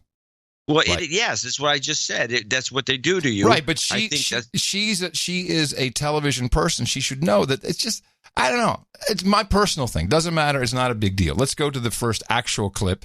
And then I just pulled some pieces out that I thought were interesting, factually interesting. I'm not saying that this didn't happen to her. It seems some of the scenarios seem totally believable. But remember, this is her story. This is her side, and I think there are some things if I were interviewing her, I'd like to ask about. And while I was standing in the Denver bureau with my back to the door, from behind me, out of nowhere, Tom Brokaw walked up, put his hands on my waist, and tickled me all up and down my waist. It was physically unpleasant and humiliating. I jumped a foot. Okay. Do you really think she jumped a foot? Now, this is the only thing, I'm glad you did this clippage, because I don't know why I didn't, but I didn't. I found this particular little anecdote to be the kind of the keystone to the whole thing. Some women, yes. I have tickled women, and I've seen them jump a foot. So that's not. All right, okay. So that's I however, make no habit of this and have never witnessed a woman jumping a foot because I don't tickle and I've not seen it. I can guarantee it happens. Okay, got it. Now, the way that got me was that she obviously was not happy with this, and I don't know how she responded to it, but this, I believe, I don't tickle women for this reason. I mean, I only tickle friends that I know are ticklish, and they know. Have you ever considered tickling a colleague? I don't think I've ever done it. Can you show me on the doll where you would tickle the colleague? I walked into it again. Yeah, that's good. Okay, so you want to hear the rest of the clip, and then no, I got to do the setup first because I want to hear the rest of the clip. But this is this is going to be my assertion: is that Brokaw, I think, uses this tickling trick to do a check. Is this girl gonna? Is she loose? It's like pinching some girl in the ass. I mean, guys do this. I don't do this either. But I can imagine we're pinching in the ass and she's going to maybe shrugs her shoulders. You don't know. Maybe it's a sign. It's a signal. Okay, so this is actually a predatory practice. I think it is. I believe it is. I think you're right. And so I think he was using it as his come on, and he wanted to see her reaction. He made a mistake. Yes. I believe by misinterpreting what she did. She found it to be humiliating, which if that's the case, if you find somebody tickling you, people have done it to me, luckily, and they find out the sad truth, which is I'm not ticklish. Okay. And so people can, and so I've said, go ahead, tickle all you want. You're not going to get anywhere. And by the way, that is a meditative thing anyone can accomplish. Through simple meditation, you will never be ticklish if you don't want to be. So I think he did this. Another sexual harassment tip from John C. Dvorak. Hey, ladies, you don't want to get harassed by your favorite news anchor? Take this meditative course. You will never be ticklish again. So I think he tested her, and I think she responded properly. She jumped, and I think she probably glared at him or did something to say no. And he didn't take the hint. So everything after this is bad. My waist. It was physically unpleasant and humiliating. I jumped a foot.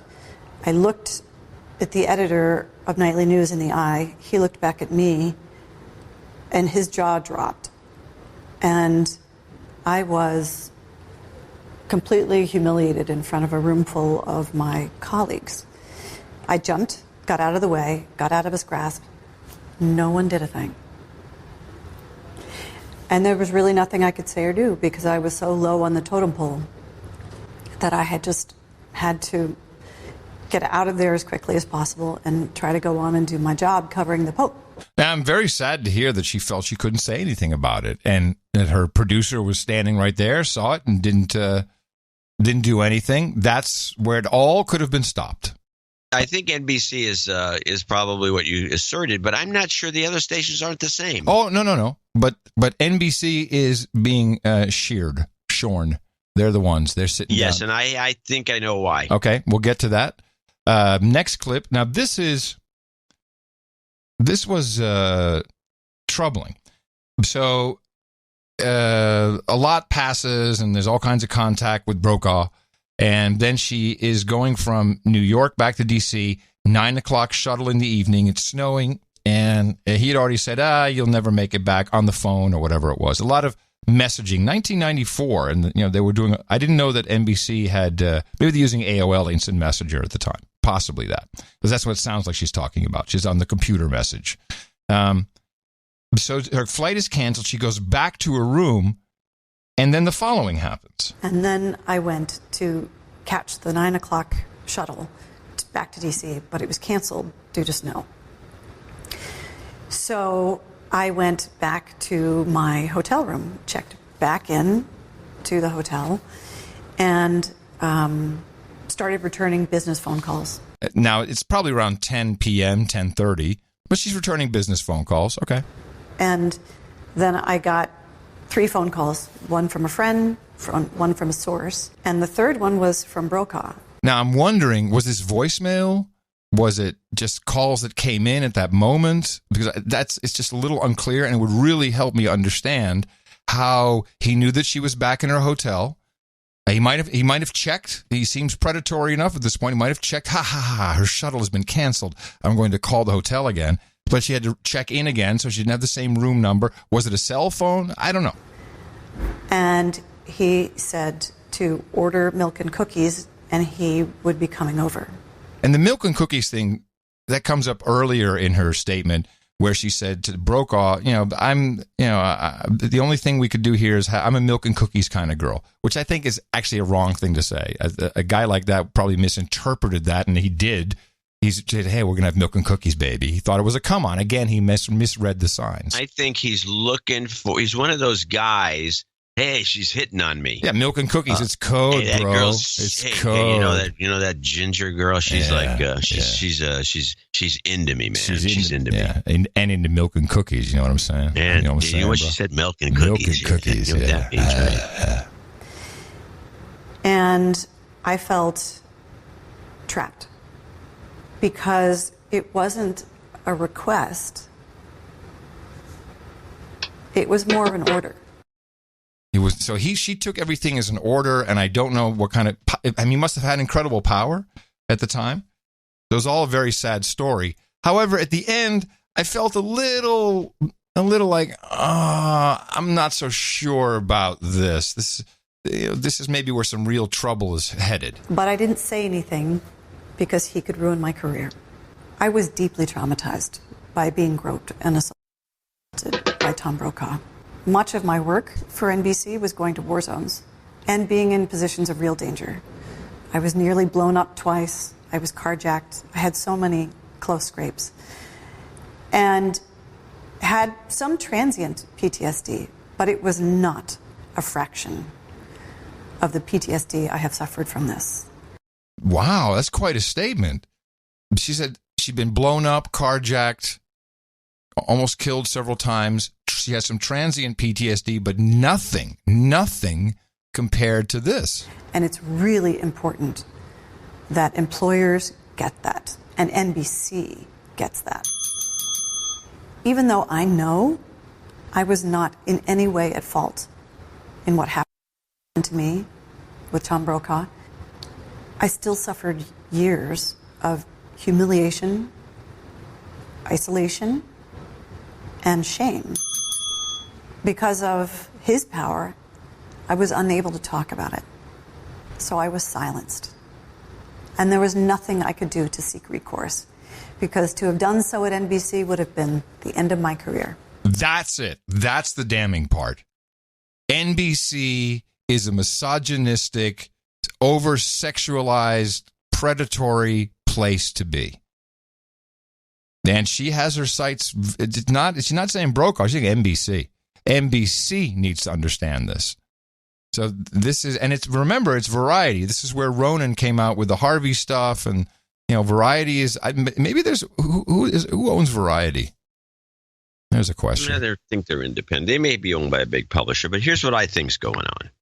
And by the way, I think those were good clips and they were appropriate. And you have to really wonder how disturbed the woman was to just make that last comment that she almost killed and all these other things, and this was worse. Yeah. Which isn't saying much about Tom Brokaw, that's for sure. No. But I don't think it's a coincidence that this thing broke a couple of days after Ronnie Jackson decided he's not going to try to be the guy heading up the VA. He was pulled out. He was shouted down with innuendo. And next thing you know, the Brokaw thing happens. Mm-hmm. You also see the Joy Reid thing, which you talked about, which is also NBC. And then before that, you had Mark Halperin, who was one of the main contributors to NBC. Yep. And then you had Matt Lauer, one of the contributors to NBC. Yep. And then you say, where's Roger Stone? Get me Roger Stone. I believe that the Trump administration is going after these people at NBC specifically, one by one. And I don't know if Donald Trump is involved in this. He might be. So that's why maybe he made that offhanded comment toward the senator from Montana. Yeah, the senator from Montana. He said, I know things. If I told you what I know about this guy, he'd never get voted in. Something. I'm paraphrasing. Yes, that's what he said during his speech. Gotcha. And I didn't flip that, but so he's going out. So this is good. Yeah, I think because it's always NBC. And the NBC people are circling the wagons and defending Tom Brokaw. Yeah, and the whole thing. Every time something happens to a Trump appointee like this Jackson guy, something happens to an NBC person. They're going to go after him one by one, pick them all off, and you're going to. And I hate to say this, shareholders take note. But this is going to involve General Electric still owns almost half of the company. You're going to see some losses take place.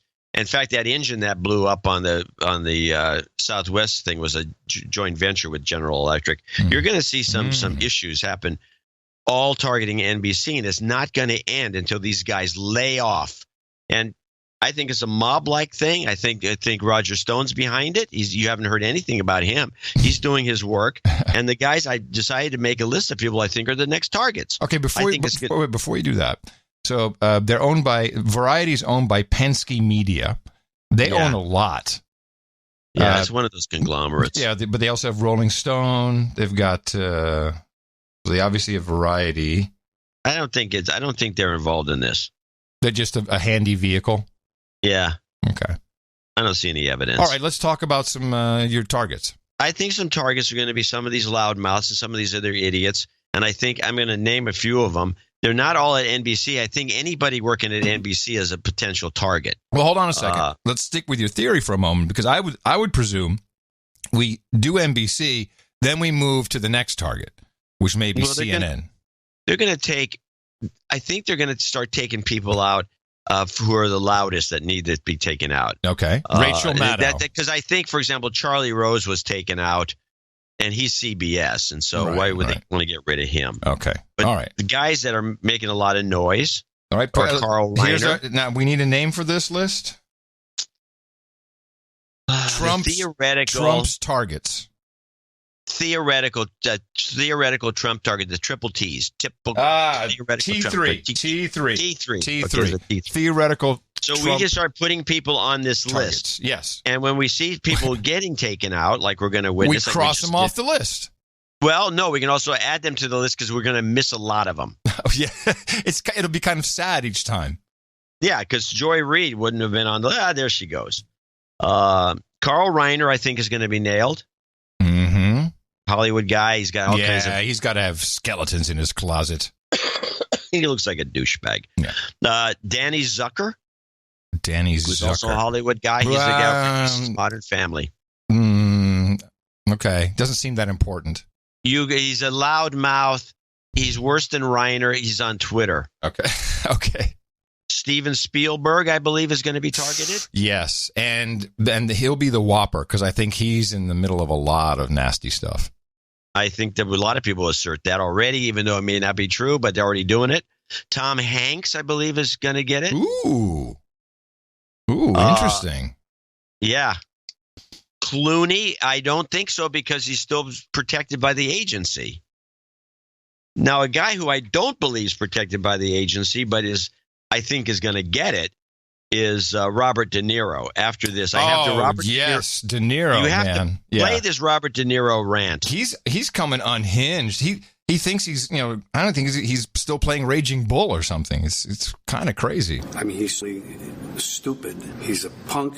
He's a dog. He's a pig. He's a con, a bullshit artist, a mutt who doesn't know what he's talking about, doesn't do his homework, doesn't care, thinks he's gaming society, doesn't pay his taxes. He's an idiot. Colin Powell said it best. He's a national disaster. He's an embarrassment to this country. It makes me so angry that this country has gotten to this point, that this fool, this bozo has wound up where he has. Talks how he wants to punch people in the face. Well, I'd like to punch him in the face. Wow, I had forgotten. We need to put bozo on the list. We don't have bozo. I think clown. Yeah, but bozo is different. And, I don't think so. He wouldn't say that about Trump if Trump were Jewish, man. About it being a dog. Well, whatever. I put him on my short list of the T3s. Yeah. And I haven't developed this as much. I can develop it more. I have to look more people over, but I think this is going to be going to continue. And we haven't, it just looks like a bunch of coincidences involving NBC. I don't believe any of it's a coincidence. No, I know. I agree. I think they're being targeted, but I like the idea that this is, someone up to dirty tricks. And you call out Stone. Makes total sense. Yeah. Makes total sense. Is he? No, where is he? I like that. Where's Roger? Roger, where are you? But we have a very small window for those who are afraid, and people who are, because there may be some Congress critters, some other people. I mean, there's plenty of people to go after, and yeah, I'm pretty sure that if you really do the work, you can come up with nasty crap, and you can certainly tell the tale in a nasty way on everybody. Because we're all flawed. We're all flawed. We all have flaws. And this is, by the way, when you say, I got nothing to hide, yes, you do. Yes, you do. Definitely you got something to hide. But here's the moment. And it was, for me, it was kind of kicked off with South Korea's foreign minister, Kang Kyung-hwa. She was with Christiana Amanpour. Are you surprised by how quickly this moment has arrived? I mean, let's face it, just 4 months ago, Kim Jong-un was talking about pressing nuclear buttons from his desk, and President Trump was responding in kind. I feel like somebody stepped on the accelerator at the beginning of the year, and it's been nonstop since then. How do you account for it? Clearly, credit goes to President Trump. He's been determined to come to grips with this from day one. Okay, so this is like, whoa, yes, this is very confusing because now we have Trump. Well, here's what he's doing. They were saying, what do you think President Trump had to do with it? I'll tell you what. Like, how about everything? So he's pushing this, and then of course the crowd is doing no bell, no bell. So you can cut or fish bait here, people. What are you going to do? What are you going to say? Where do you want to end when it comes to Trump as the president? Adam Schiff. Hi, John. I think it's more than fair to say that the combination of the president's unpredictability and indeed his bellicosity had something to do with the North Koreans deciding to come to the table.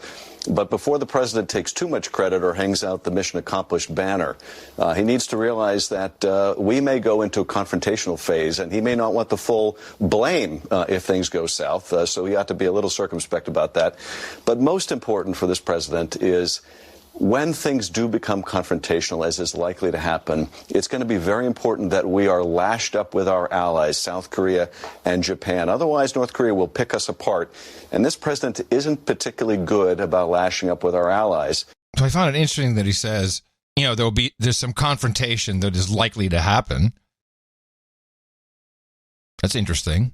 Yeah. Doesn't he know? Nothing seems to be that way. But I would recommend that Adam Schiff, you might want to hide the Benoit balls, my friend, because you will be on the list. Lindsey Graham? He's definitely going to be on the list. Lindsey Graham, he's smart. Okay, so here's the deal. It wouldn't have happened without Trump. It may not happen, but it's the biggest change since the end of the hostilities. The fact that the North Korean and South Korean president met and they vowed to end the war.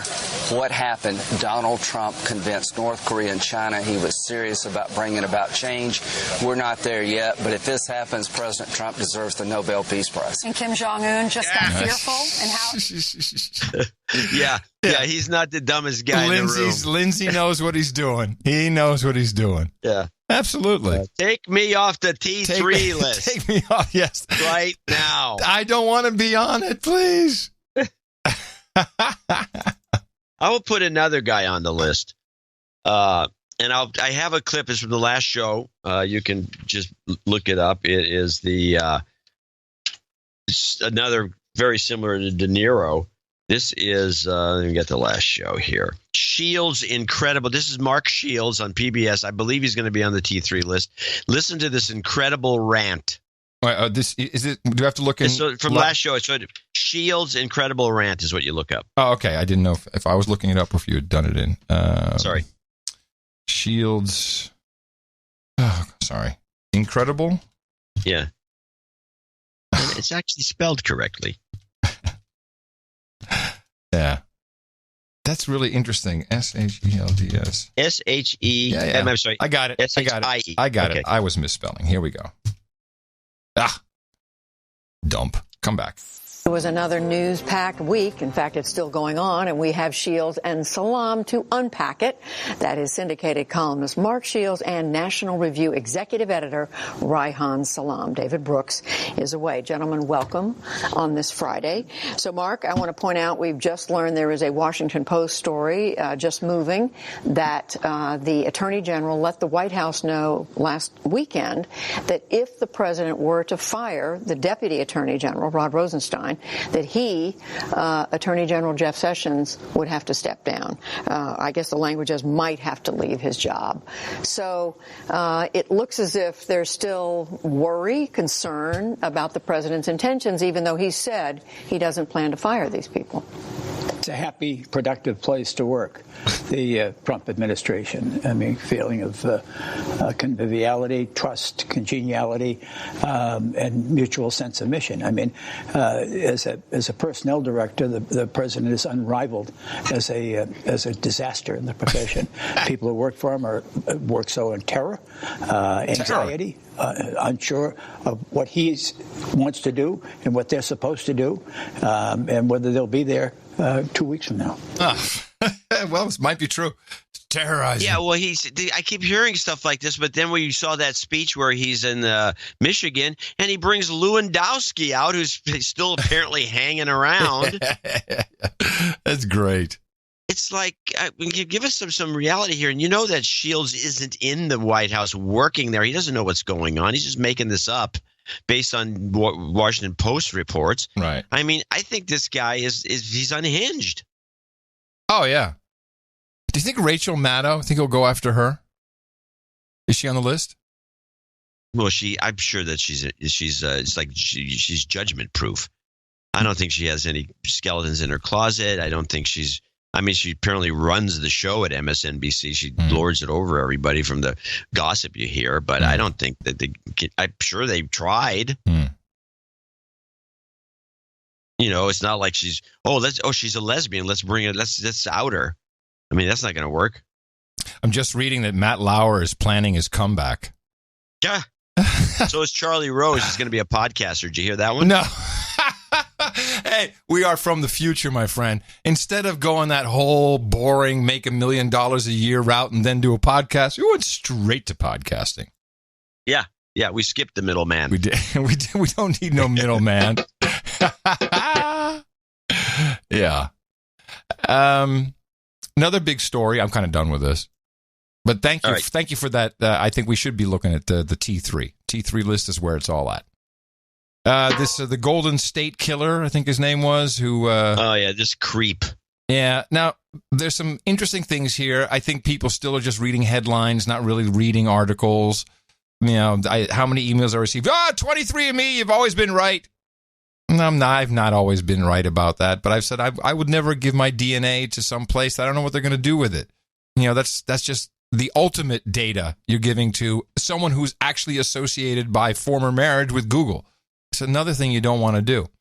So I found a report that is reasonably accurate as to what exactly happened. Good morning to you. We are outside the Sacramento County Courthouse where later today, 72-year-old Joseph DeAngelo will make his first court appearance. Investigators now telling us they use discarded DNA to help track him down. All right, let's stop right there. Discarded DNA is another word for trash. They're just going through your stuff, I think. Yeah, I'd find hairbrush hair or stuff like that. Yeah, so I don't know. DNA to help track him down, genealogy websites, and a long process of elimination sifting through family trees. This morning, new details of the rigorous investigation that detectives say brought down the Golden State Killer more than 40 years after his alleged killing spree began. Law enforcement sources telling ABC News they used a genealogy website to help connect Joseph DeAngelo's DNA to past crime scenes, taking that evidence and then comparing it with family members within the online database until they found their suspect. Police say the 72-year-old appeared surprised when they swarmed his home Tuesday evening. No incident. He didn't say it wasn't me or anything like that. No, really no conversation at all. Just the only thing he really said was that he had a roast in the oven. Like all he said was, "I got a roast in the oven, guys. Can we hurry this up a little bit?" So what happened is one of his family members, not him, he had never given a spittle or anything, no DNA. Yeah. But they matched it with one of his family members who had uploaded her, I believe, DNA to GED Match, which is, I think it's an open source thing. A lot of people do this. They get their results back from 23andMe, and then they'll upload it to the socialnets, to the social DNA network. None of this is a good idea. Okay, so they got this guy. I guess it's him. Can I say something? Yeah. Too late now. What's too late? It's not being a good idea. I think it's too late. I think the Pandora's box has been opened, and you're screwed. And I guarantee you that a very high percentage of No Agenda listeners have done this. Oh yeah. The comic strip blogger who's, I can't even. He doesn't want me to say, I'm only 50 miles away from him when I'm here in this particular spot. He's like, so protective of his privacy. I'm sure he's sent you emails in the past. You must get 23andMe, find out if you are real Slavic. People aren't thinking. I haven't gotten that. You didn't. He always tells me to tell you, that's for sure.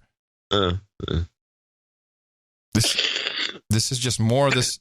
It sounds like you're getting over it, though. It sounds I am over it. I'm completely over it, yeah. But I just have this lingering. I have this, productive cough. About once every hour, I have to produce some phlegm. Some mucus. Sorry. Yes. Phlegm, yes. So that, this is interesting. This will start to play out. DNA is back in the game, even though we know that DNA is not really all that precise. Well, I found this jerk. Well, if it's him, yeah. I guess it's him. Oh, it's pretty, yeah. But I don't know, it's just worth noting again. Stop giving your shit. Stop giving your data away. Yes, you can lecture people till you're blue in the face. I know. You and your OTG. Well, in Austin, University of Texas has now opened up a new center, and it's Masculin-UT, MASCULIN, capital UT. So get it? Masculin-UT, masculinity. Yes. And this is very interesting. There's a counseling and mental health center at University of Texas, Austin, has launched this new program to help male students, quote, take control over their gender identity and develop a healthy sense of masculinity. As they see... what are you supposed to do? Well, it is a mental health issue, toxic masculinity. And they have set up victim helplines. How is it a mental health? What is it even? I'm just telling you what they say. Okay. Yeah. Though you might enjoy taking care of people or being active, masculinity warns that many of these attributes are actually dangerous, claiming that traditional ideas of masculinity place men into rigid boxes which prevent them from developing emotional maturity. So because you have been brought into the world and trained to be masculine, be a man, act like a man, be successful, traditional gender roles. No, I'm reading from their website. Yes. The school is in the process of hiring a, quote, healthy masculinites coordinator. A masculinite? Yes. Masculinites, plural. Healthy masculinites coordinator to run this program. Let me see. That's a link. What is this? Healthy masculinites. Here it is. Job posting. Oh my goodness. Health Education Coordinator, Level 2, VAV, Healthy Masculinites Coordinator. Monthly salary, $3,959, depending on qualifications. What? Yeah, you can start immediately. At $3,000 a month, which is 30. No, $4,000 a month. $4,000 a month for how many? For the whole year? 40 hours. 40 hours. For the whole year? A week.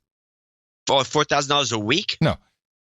It's $4,000 a month, and you work 40 hours a week. It's a full-time job. Yeah. Yeah.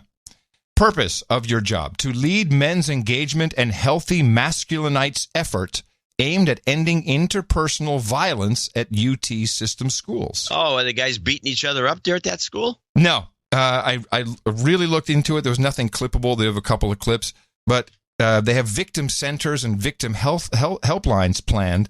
This can be just if you're being bullied or if someone has been mean to you. It is not necessary. In college? They're calling it interpersonal violence, but it can be verbal abuse or verbal violence. Here, this position will provide strategic guidance for Masculinity, a comprehensive initiative that aims to promote healthy masculinites on the UT Austin campus through public events, educational workshops, webinars, and other forms of student involvement. This is a French term. Hold on. Masculinity works to increase acceptance of gender diversity, promote healthy relationships with an emphasis on consent, and prevent interpersonal violence. Though the Healthy Masculinites Coordinator is housed at the UT Austin campus, this position will have responsibility for working with campus liaisons at all UT system academic institutions to provide best practices for engaging men in ending interpersonal violence. What is this French term? Yeah, it's a French term. Unfortunately, the site isn't straight French. I have to find it. I have to translate it. Well, I have some definitions of interpersonal violence. Well, I think I would like the definition of masculinitite. That's what we're trying to deal with here. Is that how you say it? I thought it was masculinities. Yeah, masculinities. Yeah, did you find it? Yes, in French. It's a French term. It's apparently something the French dreamed up. I speak French. Hit me. Hit me with your best shot. Well, I can read French, but I can't translate this because it's a bunch of sociology gobbledygook. Okay, let me just go back. If I had to, unfortunately, I don't have the Chrome browser, which will make the translation. Yeah. Unfortunately, I don't have it on here. Just look it up. You got the Chrome browser. No, I don't. I don't have the Chrome browser. Oh man, we neither one of us have the Chrome browser. Come on, I'm looking at interpersonal violence. You're doing something else. I'm not going to do your job. I'm still looking there. Keep doing it. Go for it. Interpersonal violence. Oh, it's called IPV. Now, I'm trying to find a definition. Hold on. Interpersonal violence. Yeah, it's fighting, but I think it's more. Definitions. Here we go. IPV. It's known as IPV. Interpersonal violence is the intentional use of physical force or power, threatened or actual, against a person or group that results in or has a high likelihood of resulting in injury, death, physical harm, maldevelopment, or deprivation. IPV can be committed by a person who is or has been in a romantic relationship, spouse or partner, family member, cohabitat, or household member, including a roommate. Let's see. Dating violence. Yeah, that makes sense. Domestic violence, sexual misconduct. Here we go.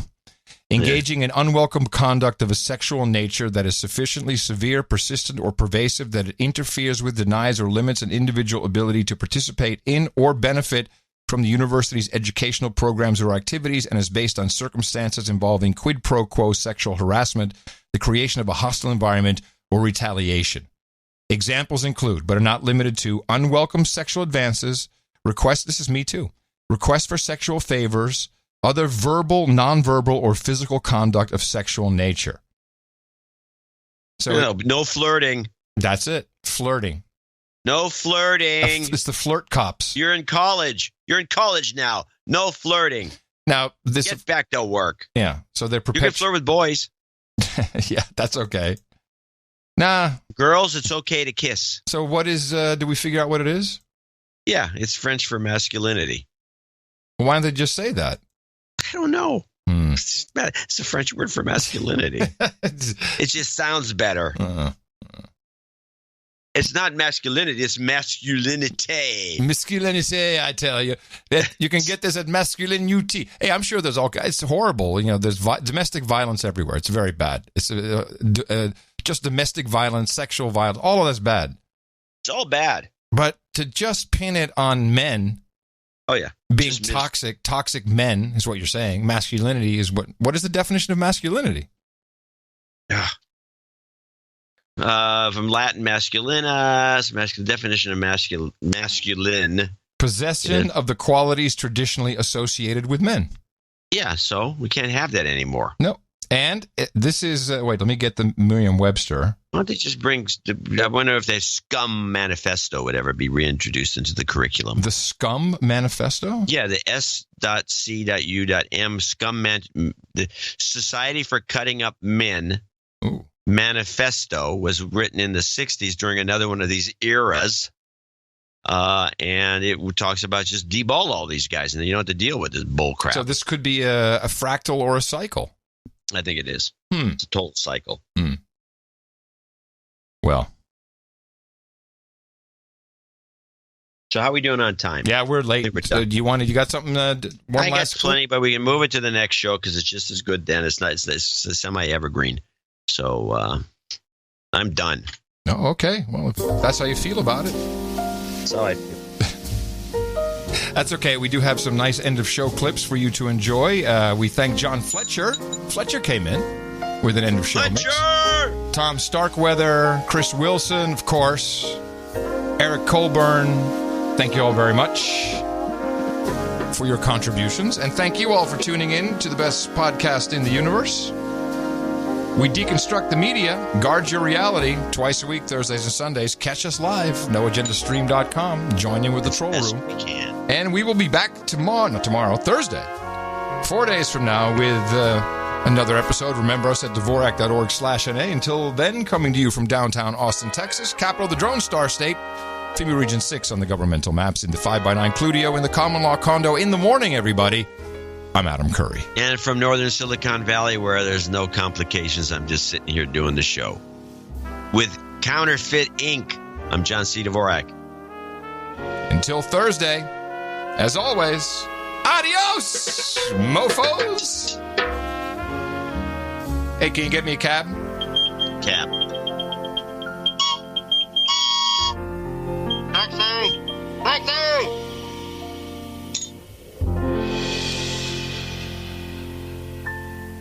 There wasn't a lot of surprises, Melissa, but I just want to put something in perspective. Is the world cannot live without Google. We can live without Facebook, but Google is part of the fabric, the oxygen of the internet. This is, I'm sure it is. It's completely disturbing. We can't live without Google. We can't easily live without Google. No, I can't forget this evening when I spent my time just binging and all my wasted life on DuckDuckGo. I shunned YouTube and watched my stuff on Vimeo. Yes, it blows.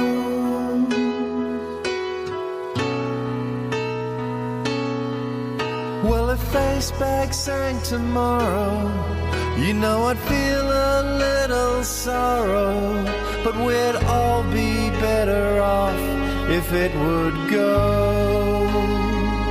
And now it's only fair that I should let you know what you should know.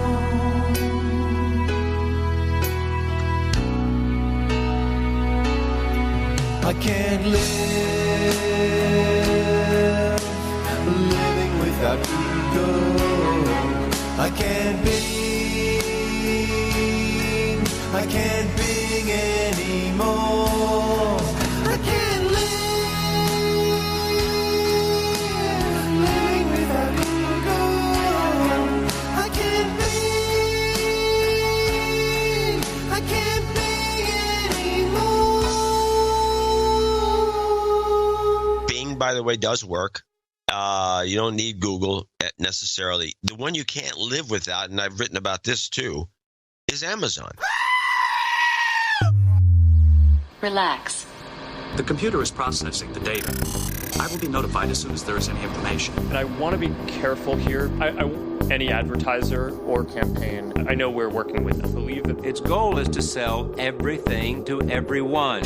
Why am I seeing this ad? Well, that's a great question. Your user agreement sucks. We see more passive listening and passive monitoring in our own homes with the information we've accumulated on. We provided support to the Trump campaign. And he's been terrific. He may be a globalist, but I still like him. He was calling those things that was not as though they were, is what he was doing then. Yes. He is seriously a globalist, there's no question. But there has never been a company quite like Amazon. Akin to a game of whack-a-mole. Goodbye and f*** you.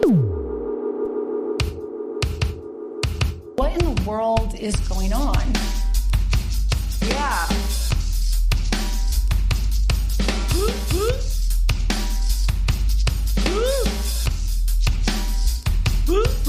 Right. What causes these mental health problems? What? Nazi scum! Nazi scum, get out! Nazi scum! Nazi scum, get out! Yeah. Nazi scum, get Nazi scum! Nazi scum, get. Right. Nazi scum, get out! Nazi scum! Nazi scum, get out! Yeah. Nazi scum, get out! Nazi scum! Nazi scum, get out! What in the world is going on? Get out! What does this mean about our future? Get out! Yeah. What causes these mental health problems?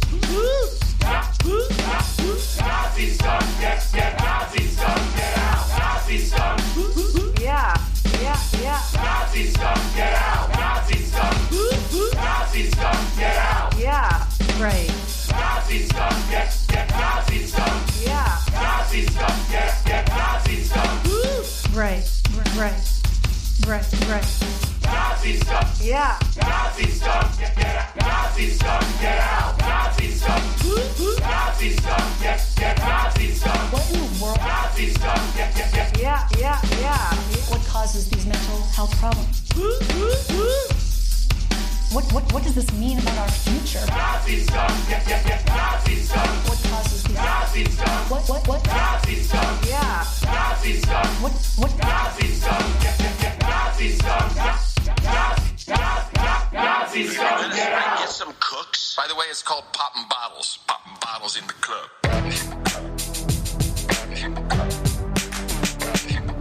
Popping bottles in the club. Crystal, Dom Perignon, Dom. Popping bottles in the club. If you're gonna spray, get some cooks. It's called bottles in the club. Popping bottles. Popping bottles. Bottles in the club. Bottles in the club. Bottles in the club. Popping bottles in the club. The best podcast in the universe. Adios, mofo. Dvorak.org/NA. I'd like to punch him in the face.